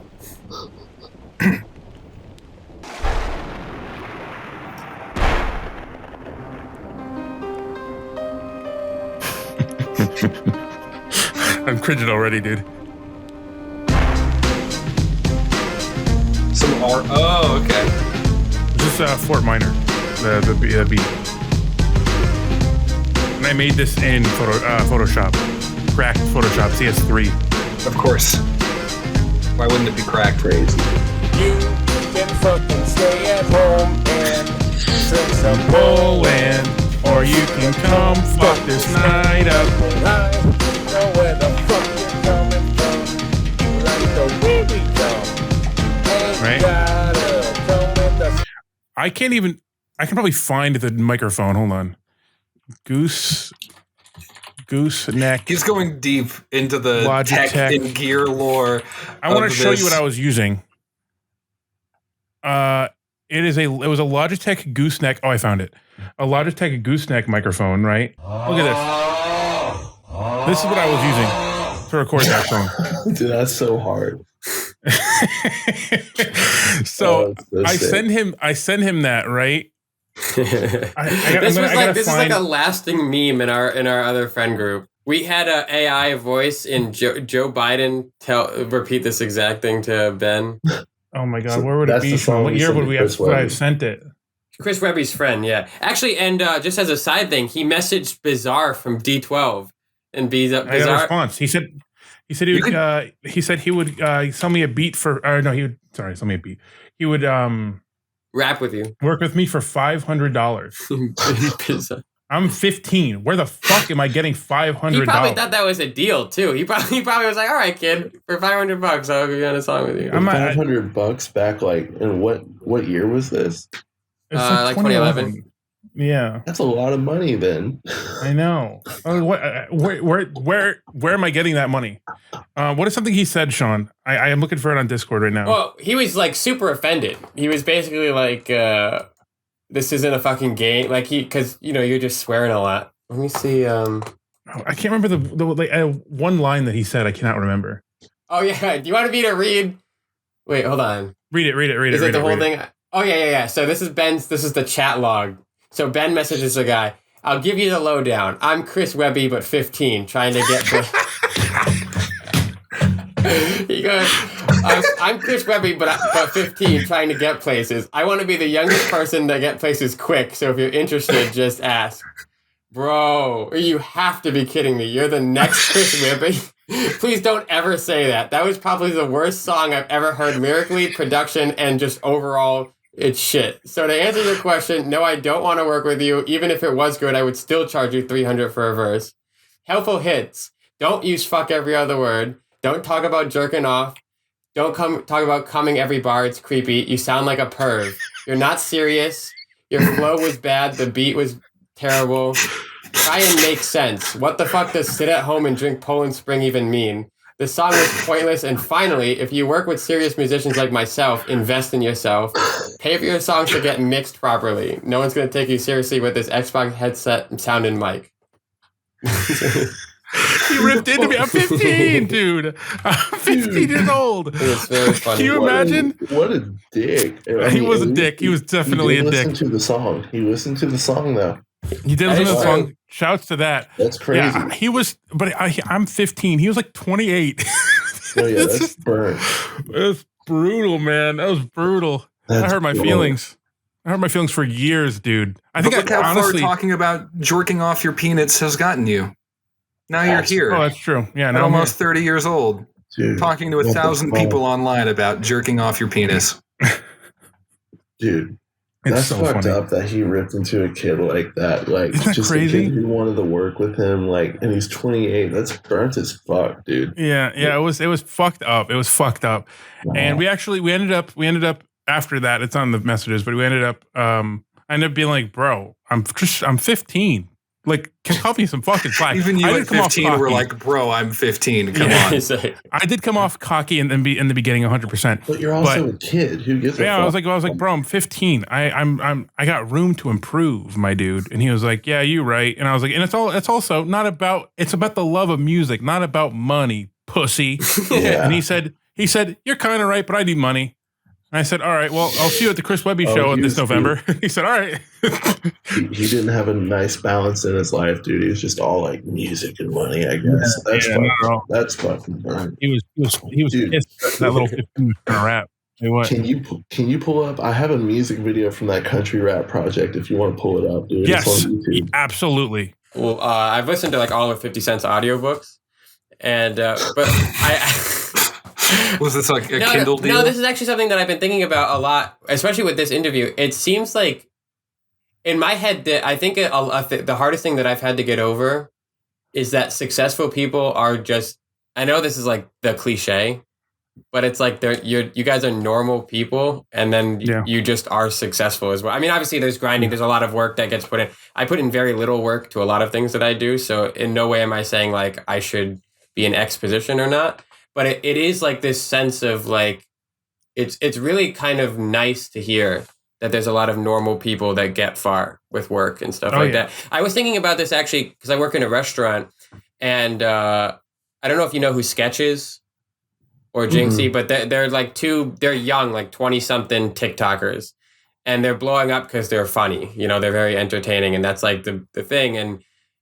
But when you see actual interviews with them, they're literally just normal 20-year-olds. And they're like, yeah, I'm not sure how I got this popular. You know what I mean? And it's like, it's really cool to see normal people and not like have like people always come up to me and they're like, I thought you were going to be a dick. And I was like, I know the 162 subscribers on the Regurgitated channel can be daunting. Hey, almost 1,000 on the other one.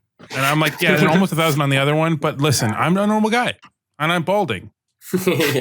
That really shit. hit me hard personally too. Whenever I met and befriended Frank Hassel for the first time, I was like, damn, dude. Frank Hassel. I know that name, but I don't. Frank Hassel. You can just ask. $1 million.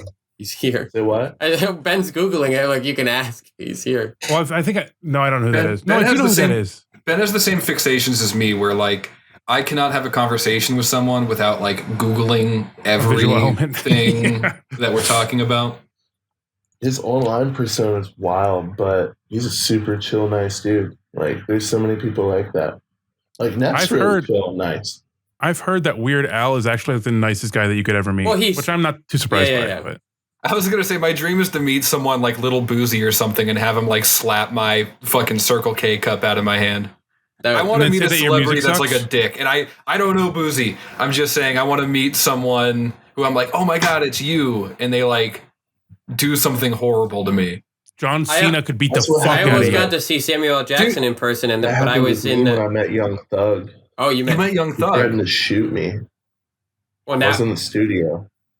Why did you threaten to shoot? What'd you do? Well, I wasn't even Brainstorm yet. I was just on a date with this girl, and my friend was engineering at the studio he was at. This is when he was making Super Slimy with Future, so I think it was like 2017. He called me, he's like, dude, I'm at the studio. Young Doug's here. Like, you need to pull up. And he was like engineering, and so I had like no business showing up. So I just showed up. I was just in khaki pants and like a button down. I had glasses on and like fucked up shoes, you know? And like, if you ever walked in a room at the worst possible moment, like it just gets quiet and everyone kind of looks at you like that. That's basically what happened. Like I walked in and he was in the main studio room. He was sitting at the mixing console and all the lights were on and no music was playing. And there's like 30 people in there. And one dude's getting his fucking haircut in the corner. And he just turns around and just stares at me, stares at my shoes. And he's like, who the fuck is this? And I'm just kind of standing there not saying anything, just awestruck. Like I had a fucking Young Thug poster coming in the mail from Amazon. It was going to get there in 2 days. I'm like, holy shit. And then he's just like, he probably thought I was like a Fed or something, you know, because of the khaki pants and I was white. And he's like, I've got a $300,000 car outside. Tell me why I shouldn't fucking shoot you right now. And then my friend was in the corner. He was like, get out. I was like, damn, this is so bad. Then I just went outside and sat on the chair. And then like I looked really sad. And then like Duke and Gunna were just standing like right there. And like they were having a conversation. Then like Duke looked at me and he was like, did you hear what we just said? I was like, not my fucking business. And they were both like, we like this guy. And then like walked off and there was just a lot of people in there. I was like, I gotta get out of here, dude. That's insane. That is insane. I'm still listening to Lifestyle, but that is fucking nuts. It was nuts, dude. He was definitely high as shit on meth. Which one? Who? Young Thug. Oh. He was totally just like tweaking out. Free Young Thug. I gotta tell you, like Adderall is. I mean, it's not meth, but it's basically meth. It's pretty close. It's pretty nice. It's pretty fucking wild. It's pretty nice. It gives me a horrible come down though. Oh yeah, yeah. I was put on Adderall when I was like 8 years old, and I quit it like cold turkey at like 15. That's like one of the few things that, despite whatever I try in my life, I'll let people be like, "Oh, bro, you got to try Adderall. Like you do all this other stuff, or we're going out and doing all this other stuff. You got to try Adderall." And I'm like, nope, dude. But to them, it's like the most innocuous thing in the world. Like this is like taking Tylenol, and I'm like, no. I went through a little thing with ketamine in 2022. I was like, oh, dude, this is so sick. I would just like microdose it and then go on runs. It was crazy. Wait, ketamine in runs? Yeah. I've never heard of people like being athletic on ketamine. Well, if you just do a little bit, I don't know, for me, it would like shut down the anxiety. And I would just be like, I'm a robot. I'm running, you know. Just like, microdosing. It's crazy. Yeah, I get the runs all the time, but I've never done ketamine. I have a lot of diarrhea, is what I'm saying. Yeah. He's like a human filter. Yeah, you look like you get a lot of diarrhea. Let's play the video. Listen to No Trap by Duck Thurman, bro. I'm so excited to listen to this right now, to be honest with you. Put that fire down, Louis. Oh, he's trying to shoot something. Damn. Wait. Sorry. I don't mean to like blow a react. Who's Louis Vision? He's a videographer based out of Atlanta. He's just done like a bunch of like music videos for underground artists, and I knew him through the scene. And I told him, I was like, dude, you gotta come up to North Georgia. This isn't your usual thing, but you gotta come shoot some white boys, dude. You gotta come shoot this video. Hell yeah, dude. Oh fuck yeah, that's my kind of shit, bro. Shooting white boys. I love it already. Yeah, come on, man. We don't do no trapping here. Brainstorm, yeah. Lit the truck up all damn day, chewing grizzly all damn day. Peeled off in my Mustang, like to go mud when it rains. In the house, fuck the range, 30-06 all damn day. Fuck me, get blown away. Own a Ford, fuck Chevrolet. I don't trap, I just ball. My form of drip is a pair of overalls. I'll chase you with my shotgun and my dirty draws. I run shine for my uncle, fuck the law. No good, I ain't slept in 3 days. Working hard 20 hours a day. Haven't counted since I was 8. Watch football all masturbate. Bought a trailer and made a play. Crashed a Ford and ran away. Bought a new one that next day. Man, this meth is really great. 6-pack at the lake, I'm gonna dust them off. I like it when a country girl licks my balls. I like it when I tell my boss to fuck off. Then I call his wife and tell her we should hit it off. Hell yeah. Lit the truck up all damn day, chew grizzly all damn day. Hey, my boy Peeled Mike, off in dude. my Mustang. Had to to die in shoulder the down. She's locked up. Fuck the rain. He's probably out now, dude. Free Mike. This is so fucking good. I just ball. This is Like, funny as this shit, This too. is so much better than I was expecting. I'll chase you with my shotgun and my dirty draws. I run shine for my. Why does this only have 300 views? This deserves so many more views than 300. Can't talk to you, can't speak that good until I spit. Got a window tint, a rebel flag on the Ford. Fuck Chevrolet unless I'm hoarding all the whores. My cousin sweet, not the kissing kind. But at a different time, I say she's fine. You and me, we ain't that different. Fuck the cops and fuck the snitches. I love weed and Tupac too. Southern fried and greasy food. Lit the truck up all damn day, chew grizzly all damn day. Peeled off in my Mustang. Dude, it's so good. Fuck the rain, 3006 all damn day. Fuck with me. Well, they got so many. They just got guns for no reason. So many guns. I just ball. My former drip is a pair of overalls. I'll chase you with my shotgun and my dirty draws. I run shine for my uncle, fuck the law.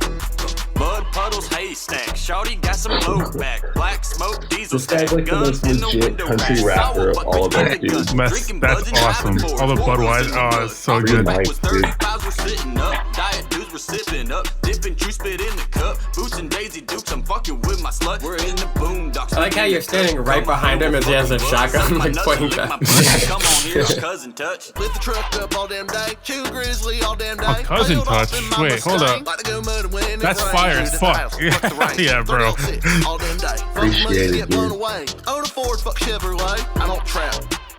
I just ball. No trap. My former drip Yeah. is a pair of overalls. Overall. I'll chase you with Yeah. my shotgun and my dirty draws. I run yeah. shine for my uncle, fuck the law. Yeah, yeah. Yeah, man, I'll fuck the law, man. I don't give two shits. Dude. God, I wish we should do this. What? Dude, Yes, I whatever now you were want to do saying, this. gunshot. Dude, that was one of the funnest days ever. Just shooting that Alright, video. so when I'm in Ohio in August, we'll do that. Dude, we gotta. Okay, so I was Ben featuring Zach featuring Sean. Prod I'm- RX so Brainstorm. I might find a way to rap. It depends on how self-conscious I am. I might had find this a way idea- to rap if I'll you go send a straight beat for in. you. Don't worry about I it. had this idea, No. because I'm taking the train to Ohio, and I wasn't. I want Brian to come. I just had a bunch of ideas for content because it's a 15.5-hour train ride. And one of them, I was one of the bits I was going to do is like, I wrote a song on a train. Like that was going to be my thing because I have the guitar and the bass. And I was going to like the idea for the like, I guess you're not going to be able to see it from here, but the idea for the thumbnail or the album cover would be me like, so I have a train cabin, my own private cabin. And then it would just be me with like passed out on the couch like this with like my pants around my ankles and like a bottle of lotion on the window of the train. And that was going to be like the album cover. And then I was going to do a 15.5-hour train song or train album. I wrote an album on a train. Nice. Songs about trains. It might be like a Only blues, about trains? but it could be a country rap about riding the train to visit my friend in Cleveland. The beauty of it, dude, is that you can do whatever you want. That's Really. right. Dude, so speaking of country rap, dude, I have this other older country rap song I never put out for fun. I'm just rapping about corn and auto-tune, and I got Nephew on it. We're gonna shoot a video for it and put it out this year. So we got Yeah, get me on that. Halo Reach nephew and Corn nephew. That's fire. 2024. Yeah, Bro, which the stars are which aligning. channel? I'm fucking stoked. probably on his channel. I've been meaning to start a YouTube channel just to put a bunch of unreleased songs up there, but I'm just really lazy. Bro, if you need an editor for something, hit my line. Yeah, we got I'll you. do it for free. I charge people, but I'll pro bono man, for a bit. I appreciate that, dude. I'll definitely Yes, sir. I'll lock you in. That'd be really cool. Fuck yeah. Do you have a what are your what is your social security number, first of all, and second of all, what Mother's are maiden your name, social maybe? medias? Can we start with that? Social security number is the The main thing's Instagram right now. Instagram? It's Brainstorm did this beat. I might have to revive my Instagram just to get all these updates. Yeah, Sean here took a hiatus from everything social. I might be the only guy in here that's not Brainstorm with an Instagram. Honestly, it was very uses Instagram. It was very healthy. But I think except for YouTube, I think YouTube Shorts anyway on my phone, I'm not going to go back to. But fair. I think Instagram and regular YouTube I'm okay with now. But I had a serious problem with Instagram Reels and YouTube Shorts. Yeah, dude. He for real, Honestly, he dude, did, bro. If I didn't have the Brainstorm thing going on, I would have hopped off a minute ago. Yeah. I just keep it because I make money on Instagram. Yeah. Just selling beats. Oh, selling beats. I was gonna say.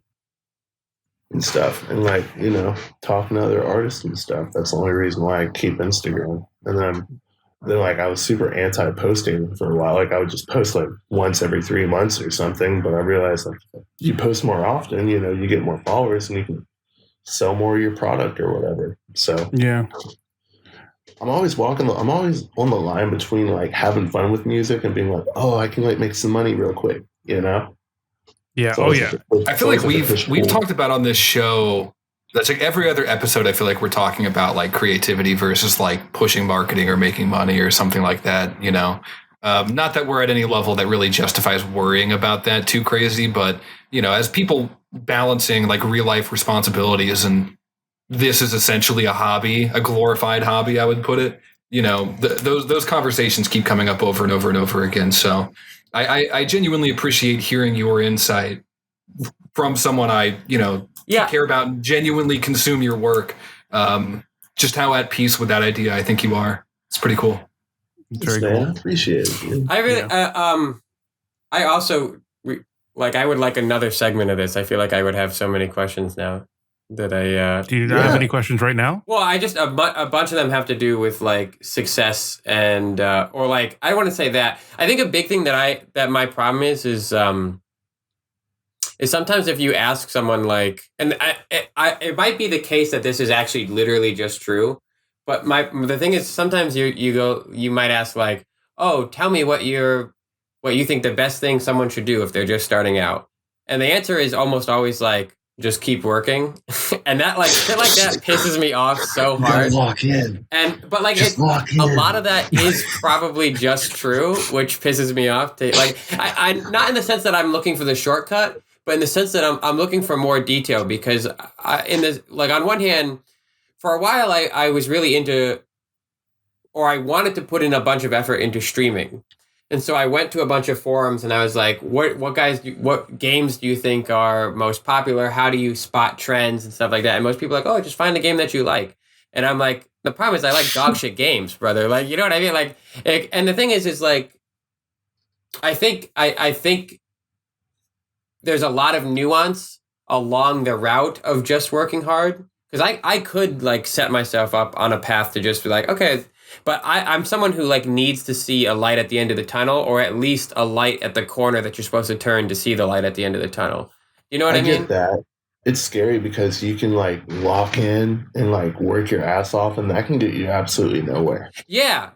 With you know, when it comes to just getting people's attention, or with that, I mean, it's different than like, you know, if you work hard, if you like weld for 8 years and you can do this, and that's like completely different. Like, with this, I feel like a lot of it's like luck, and like a lot of it's luck based for sure. You know, I mean, it's a combination of everything, like between the hard work and like working at something where you're good enough at it, where you can bring kind of like you know, you're feeling like, for lack of better terms, you're filling a market gap in whatever arena you're trying to like do your thing in, you know? So just finding something that people aren't necessarily doing. But then on the flip side, if you try being so different, then like people aren't going to fucking really give a fuck or even like see that, you know? You could be like doing something so crazy, like people aren't going to really appreciate it for like 3 years, you know? Yeah. Well, I don't know, man. Like trying to like sum up with like how my whole like little mini career has gone in music. It's just been a lot of weird fuck. I think the thing that helped me out a lot was I was never really active on the internet with my music. You know, it all started you're saying that it was just a face-to-face thing, like in person. It was like a word of mouth thing, because I would be like on the east side, you know, like in this fucking dingy ass apartment with a bunch of people, and they'd be like, oh, Brainstorm, he's hard, blah blah blah. Then they go to other trap houses, like, oh, you gotta go fuck with Brainstorm, blah blah blah, you know. And then like when you get I think it's like kind of like gathering like a miniature, like a small network of people who really fuck with you, who operate in different lanes of stuff. I don't know how you could translate this to streaming or not, but I'm just describing. Okay, forget streaming. I think one of the things is, so obviously you have a pretty good network, or at least I maybe obvious to me. It might not be true. It's an absolute, like, you would say that you have a pretty solid network. Like if you wanted to reach out to someone like, hey, I want to work on, maybe not Young Thug now, but maybe, you know, maybe if you're like, do you know of any, like you could probably message a few people and figure out, you know, at least, yeah. And so I, this has not been broached at all, but Zach and Ben know this. I'm going to school for massage therapy, which is a huge, there's a lot of money, but it's almost entirely word of mouth. There's like no real advertising, and there's literally so few advertisements for it that in my head, I'm thinking everyone else must know that it doesn't work for some reason that I don't understand. Because in my head, I'm like, why would you not be advertising? Why would you not be going to like Dairy Queen and saying like, buy a free ice cream and get $10 off your next massage? Which on dude, like, ice cream for massage. That's what I'm saying. So I think of shit like that.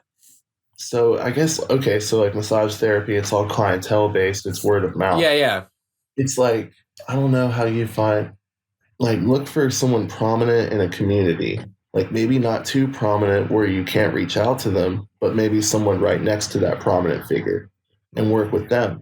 Like, for instance, like I did a whole, like for a while, like when I worked with Peso, I don't know if y'all know who RX Peso is or not. A little bit. But he like knew everyone in Atlanta, like in the whole music scene. Like he sold drugs to fucking like all the main rappers. Like he sold weed to Future all the time. So then like I started working with Peso, and then he would bring over like Future's oldest kid to my like loft. And then like now like then I did like a whole tape with Future's son. And then Future posted it and shit. And then more people found out through that. You know, it's just always having your services available at any given time to like deliver to the right person in the right moment. Because a lot of it is just like happens like that in like a random moment. Like for me, it's like sending a random beat to somebody at 3 a.m. And then like, bam, that's like a really crazy placement. Like that happened to me recently. I don't even really want to talk about it because I just got like my biggest placement ever that I don't know if it's going to come out or not, but I'm not going to say who with, but like shit like that just happened, you know? But I think it's just, I mean, of course it all comes, like people always say work hard because it always comes down to that. But I think honestly, it's analyzing the community in which you're doing your services or whatever your thing is in, and just like try to get close to the people that are right next to the top, if that makes sense. Yeah. Like starting out as a producer, you can't message Lil Uzi and just expect him to get on the beat, but you can see who the fuck he hangs out with, you know, see, because they're gonna that's want a really interesting point. Yeah, free services. And the thing is too, is you work for free. You just like show them, you don't even have to be the best at what you did. Like I garnered a reputation in Atlanta as being a really insane engineer, and I got really good at punching people in, you know, like really fast. And another thing too is people skills. Like I could talk to people and I could go into any kind of room or situation and talk to anybody. And that's a huge thing, is just being able to talk to people. If you're in the type of service that's client based, like people want to feel comfortable, you know, they don't want to feel threatened, but they want to feel confident that they're spending their money in the right place. So there's so much that ties into it. Like looking rich is one thing for sure. You know, like I have all these crazy clothes because I got lucky and some people gave me some free crazy clothes. And now people want to work with me more just because I got some crazy ass outfit on. Yeah. That shit's always so funny to me. I know people that do like the fake influencer thing where they like, they'll get like a group of people to like pay for like a flight out to like France or something like that to look like they got the money for it. It's, you know, it's like a crazy niche of people. Bro, I can't say who it is, but I've been familiar with a group of people that do the same thing. Yeah, it's crazy. Yeah. The fake influencer shit. You can't say it's Joe Biden. Okay, it might be Joe Biden. My example might be Joe Biden. I don't know about I'm in the White House, guys. Come on, really? Let's get it together. No, Joe Biden low-key charging people like a rack to get in, like with a photo of him in the White House. He's doing like cameos. So that's funny as fuck. So you seem that was my joke. Maybe, that was my joke. That was why it was funny. No, sorry. I'm laughing at your version. Yeah, I got you. So John, question for you. I do need to head out. So we'll do. I mean, you guys can stay, obviously, but I want to. Yeah, make sure don't close the tab, pussy bitch. Yeah. No, I want to listen to this one last question, but then. Okay. I just. So you seem kind of like, and maybe I'm overstepping here. You seem very much like us as far as like you seem to have like a similar sense of humor and stuff, and like you think in seemingly fairly similar ways. Do you ever feel like really out of place when in proximity to someone like Young Thug? You know what I mean? Yeah. Yeah. I mean, yeah, dude. I was literally in the trenches for years. Like all those guns you saw in that country music video, those were my guns. Like I got pulled into a crazy lifestyle. Like at one point, like I've had to break like a few leases around Atlanta because some crazy shit went down that I don't even want to talk about on the internet. You know what I mean? Like but the whole time I'm just like, what's going on? You know? But I got a beat to make, man. I can't be worrying about this. Like I'd be in a trap house. I'd be like, so it's interesting that you have 2 stoves right here. Like it looks like you chopped off one part of your counter and you have 2 stoves. I was like, that's really efficient. And they're like, what the fuck are you talking about? I'm like, I'm just saying it's really efficient. You know, like I would just go into all these situations and just be myself, and they loved it. You know, like I wasn't going in there and being like, yo, what's poppin', twin? I'm Chris Webby, but 15. What's going on, twin? 15-year-old Chris Webby walks into a Young Thug studio session. I don't know, dude, but at the same time, like I'm really fucking lucky. Like I did put myself in a lot of dangerous ass situations, like doing all that. And I would, if anyone wanted to ask me for advice to like try to do the route that I did, I would just tell them don't. Yeah, avoid it. Don't, you know, I just tell any like. But do you think if you told a younger version of yourself that you would listen to that advice? If I told, I would tell them the specifics of what happened, and they would be like, "Yeah, fuck that." Maybe. I don't know. I just know that I'm the type of person that growing up, my dad would tell me shit over and over and over and over again, and logically it made sense to me. But it wasn't until I went out and like fucked a bunch of shit up where I was like, oh yeah, I get it now. Like I'm the type of person that needs to scrape their knee to learn how to fall. You know? Yeah, that's for sure. No, I totally get that. I guess. I don't know. Like I almost got dragged into some legal trouble just by mere association with certain people. Like the crowd of people I hung out with. Yeah. Well, the RX crowd, they fucking all the crowd I hung out with, dude. They robbed Mariah Carey. They fucking sick, nice. Hell yeah! They raised the murder rate on the east side by like 90%, and they're like little part of the county. That one wasn't funny, yeah. And they were just like, I didn't know. I just thought the whole time, I was like, oh, these guys just sell weed. You know, they have a lot of guns, but they seem pretty chill, you know? And then, like, I'm finding out even more stuff years later, and I'm just like, what the fuck was I doing? Like, so do you still put, so I assume then you still don't have, you don't now have RX in, like, Brainstorm and stuff, or do you still do that? Yeah. Just to like, I don't know. Oh yeah, that's not like a judgment call. That's more like a no. I don't give a fuck. Like I took the RX out of my handles and everything when the RICO charges sure, were, yeah, okay, that would do it for me too. RX got hit with a huge RICO in 2022. There were like several indictments. Yeah, and it's interesting because like in my head, you really only hear about like the big cases, like the Young Thug RICO that's going on right now. But they're hitting people left and right. They catch people like all the time. They were following a lot of people on RX for a minute, and I wouldn't be surprised. Like they definitely had me. They were just me probably like. Who the you think fuck there's an FBI agent listening to your shit right now? We'll have to wait 2 weeks. Sure, at one point, yeah. I mean, but at the same time, you know, they could look and see I have a completely clean record. No, I meant like bumping your shit. You know? I meant like, like, oh man, we got to get this guy. Yeah. No, I'm just a beat maker. Yeah. But if anything, just being around the wrong people by association can get you in a fuck ton of bad situations, you know? So I would tell anybody who's really trying to like go out and meet an artist and vibe with them, they just have to know what that comes with, you know? And at that time period in my life when I was doing all that, I honestly didn't give a fuck about anything. I was smoking a fuck ton of weed. I was at a point in my life where I just didn't care about shit. I was like, fuck it, I'm going to do this. I don't give a fuck. And now, like, I'm 31 and I'm like, man, I have so much to live for. I have so much to be thankful for. I would never do that again, you know? Yeah, especially when you're as fulfilled as you seem to be. I mean, there's so much more on the line. Obviously, I don't know you that well, but it's good to see that you are in good spirits about stuff like that, though. It's true. Yeah. Thanks, man. Yeah, no, I would tell anybody who wants to be a rap producer. I don't know, the whole Atlanta thing is burnt too. Like, I feel like the underground scene's going crazy with street music, but at the same time, just to me, all that shit's kind of burnt. A lot of it's burnt to me. Do you feel like nothing's like new right now? Like nothing's like new to you? Yeah, I guess that's probably what it is. Yeah, new to me. I feel like if you like worked at an ice cream shop for like 6 years and tried every flavor of ice cream, and then like here's like this, you know, you've been doing it, and then people are coming out like, check out this new version of this ice cream. You'd be like, I don't give a fuck, dude. I've had every fucking ice cream. Exactly. Dude. I don't give a Yeah, shit. I feel you. But at the same time, if you're like that, you do develop an ear to like whatever catches your ear. You're like, oh, actually, like, this is pretty cool. You know, dude, I'm such like a music nerd and a fan. I've cut out so much media in my life. Like I just straight up don't watch TV shows anymore.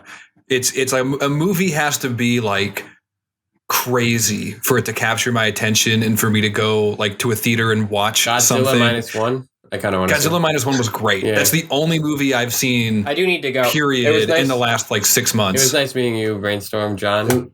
It was nice meeting you, Sean. A pleasure. Bye, Sean. See ya. Later, dude. We love you. Love you guys too. But good ass bitch.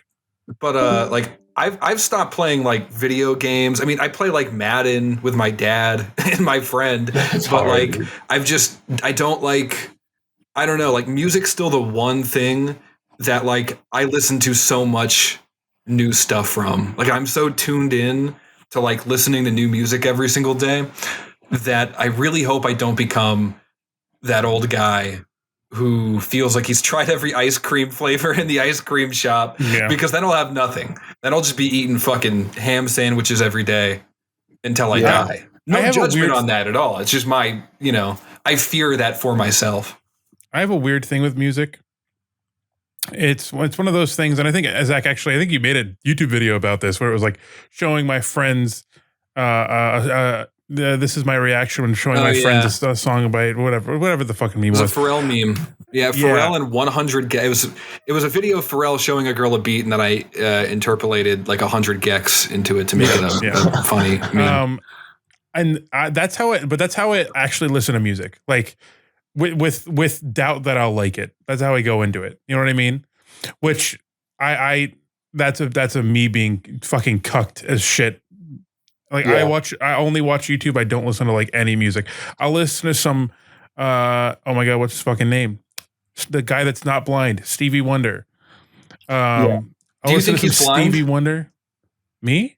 No, Brainstorm. We did we made this TikTok like about a month ago that has like 300,000 or 400,000 views where I said Stevie Wonder wasn't blind, and everyone's upset with me. They're low key canceling me on TikTok for saying Stevie Wonder's not blind. Hey, we can do he part caught two. a mic stand at the Hey Jude. They're all singing Hey Jude at this tournament, at this TV event, and the mic stand tips over, and Stevie Wonder goes, "Whoa!" and he catches it. So I said he wasn't blind, and people are beating me up online about it. Dude, that's sick, man. Hell yeah, dude. No, and he's not blind, by the way. Period. Yeah, from what you just told me, the blind motherfucker wouldn't do that, dude. So exactly right. Blind, Confirmed. There's no other situation where he could just be impaired. Yeah, he's not blind without a shred of a doubt. He wears a watch. He does wear a watch. How the fuck are you reading time? People were quick to point out to me in the comments of that video. They were like, they make Braille watches, dumbass. And I'm like, no, I didn't. Because I don't go around looking up Braille watches on Amazon. How do you make a Braille watch? I don't know. That doesn't make any sense. I'm not a Brailleologist. Maybe, yeah. There's only ones that can read them. They have hidden technology. You have to so work I- in a watch shop, dude. Yeah, right. I do have one more question. I do want to wrap it up because I do have the rest of the last podcast to finish editing before tomorrow. But I did have one more question, and I got to remember what it was. You're in Eastern Standard Time right now, right? Yeah. Okay, that's what I figured. That wasn't part of the question. That wasn't the question either. I was just wondering where I just figured that's. It's like a genie asking a genie how many wishes you have, and you waste a wish. What's your? That's a good. Actually, that's a great question because I forgot my other question. What's your favorite Disney movie?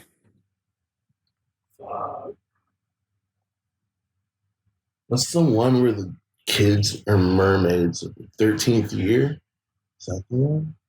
13th Year? I don't know what that is. Is that a Disney movie? Like the kids turn into mermaids or some shit? Is that on Disney Channel? Is that Disney? It is. I've never heard of this movie. I haven't.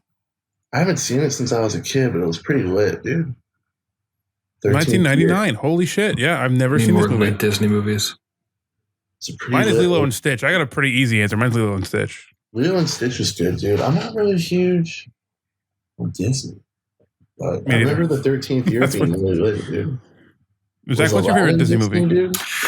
I remember really enjoying the OG Lion King. I feel like there's a better answer that resonates with me more, but I don't have a Disney movie ready to. Tarzan was cool. Tarzan is Disney, yeah. Because George in the Jungle was Disney, right? Yes. That movie, the animated show was kind of hard. The 2D one, right? Yeah. Tarzan or Fantasia, was that Disney? Fantasia, yeah, that was Disney. Yeah. Yep. Fantasia 2000. Oh yeah, that's good. Yeah, Fantasia 2000, Tarzan, and the 13th Year. Probably my top 3, dude. There we go. I got Lilo and Stitch. Nice. I'm trying to think of 2 more. 101 Dalmatians. Toy Story 2. I changed my answer. Toy Story 2. Oh, and Monsters Inc. Monsters Inc. is so good. Pixar is different. Oh wait, it's Toy That's Story a is Pixar, DreamWorks isn't it? thing, right? Oh, dude, you're fucking me up. Then you got to rope in Shrek and all that shit. You're opening the gates to too much. Yeah, dude, yeah, but yes, Shrek is also fire. But okay, this is off topic, and I know it's almost over. But you know how all this crazy shit about Dan Schneider's being brought to light? Yeah, dude, I watched the whole thing with my girlfriend. Supposedly, there's a bonus episode coming out like in a week or 2. I just randomly thought, like, you know, how many Dan Schneider were like a part of Disney that we'll never hear about because Disney's definitely such a huge like conglomerate monster with like a legal team the size of Yemen. You know, I think that Dan Schneider was just kind of a dumbass, and he was kind of like making it kind of clear that he was into little girl feet. You know, I think he was kind of an idiot. I feel like there were a lot of people probably behind the scenes that of Disney and Nickelodeon that are probably much worse than Dan Schneider. I think honestly, just the internet sheds so much visibility on stuff. I guarantee you, I could ruin 80% of your childhood classics if I did a deep enough dive on whoever made them. People, you know, I feel like I just thought of this now, but you know how like AI is starting to get into Hollywood and everything.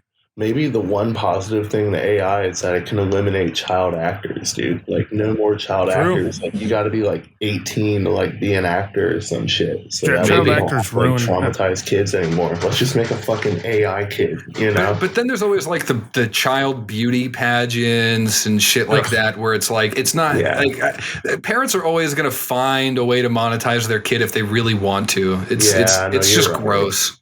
It should just be less socially accepted. Yeah. Dude, I had this conversation. I don't remember even who with. I think it was someone on my at work, where I know they're the beauty pageants and like the child actor stuff happens, where these parents are like, this is my magnum opus. This is my kid is going to make all this money for me. I don't even when I think of having a kid, I stress about the kid going on social media. Never mind being in front of millions and millions of people. You know what I mean? Yeah. That's insane to me. My dad didn't let me have texting until I was like 16. He would not buy texting until I was 16. So that's the world I come from.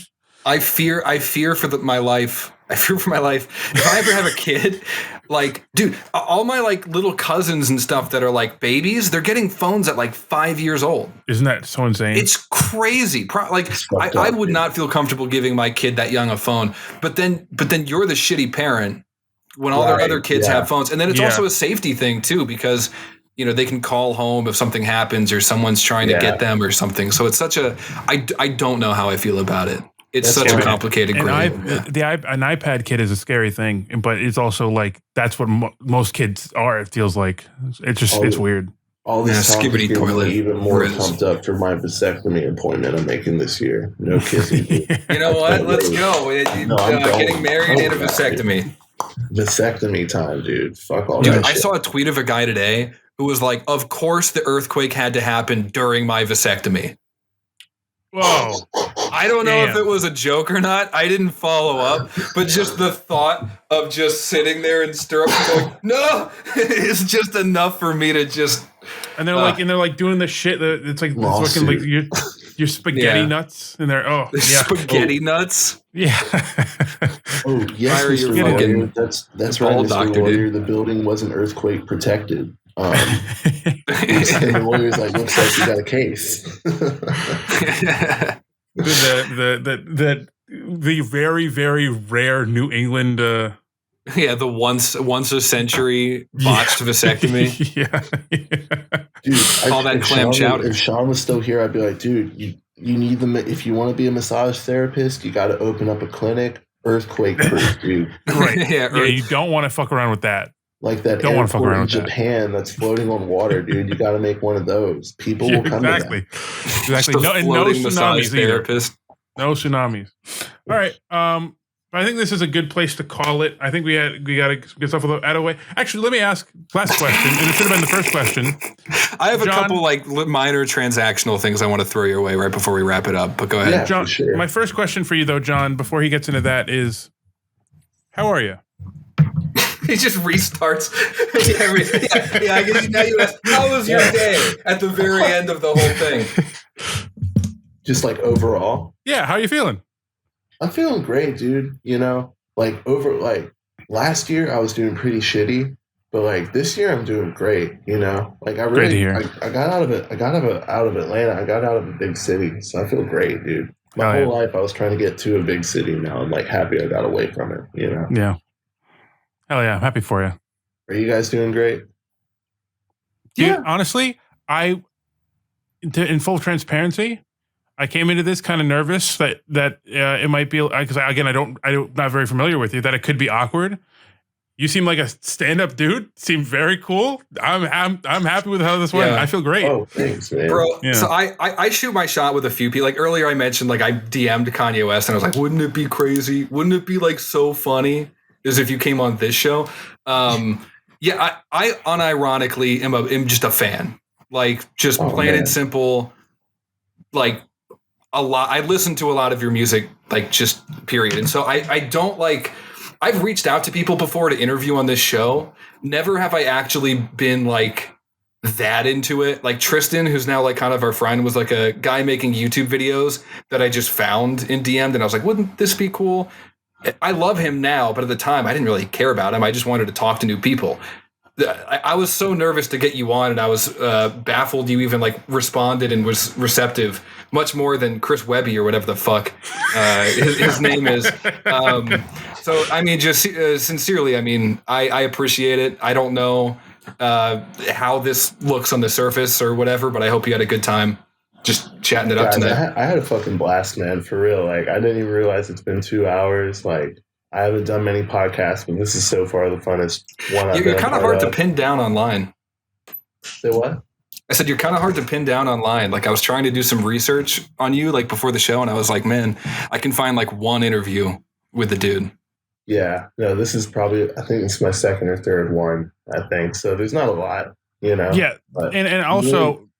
It meant a lot for you to reach out. Sorry, it meant a lot. Like, this is just all really recent that people are wanting me to like come on and talk about stuff. So this is really fun, dude. I hope all of them are just as fun as this. Dude, and and the thing about this is we spread this olive, or what is it? You give the olive branch. Is that what it's called? Is that the? Yeah. We invite everybody to come on. It is open invite. So if you're around every other Friday at 9:30 EST PM, obviously cool. EST, hop on, hang out. It's drop in, drop out. You don't have to be here the entire time. Just hang out. So it's always open for you, brother. Either join the Discord, or we can get you in, or you can shoot me a text. Either way. Yeah, that sounds good. Actually, I just got the Discord app back on my phone. Yeah. Can I get y'all's things or whatever? Yeah. Just a couple like little transactional things at the end. One of them was the beat, so I'm happy Ben already talked about that. I would love to get that beat in at some point.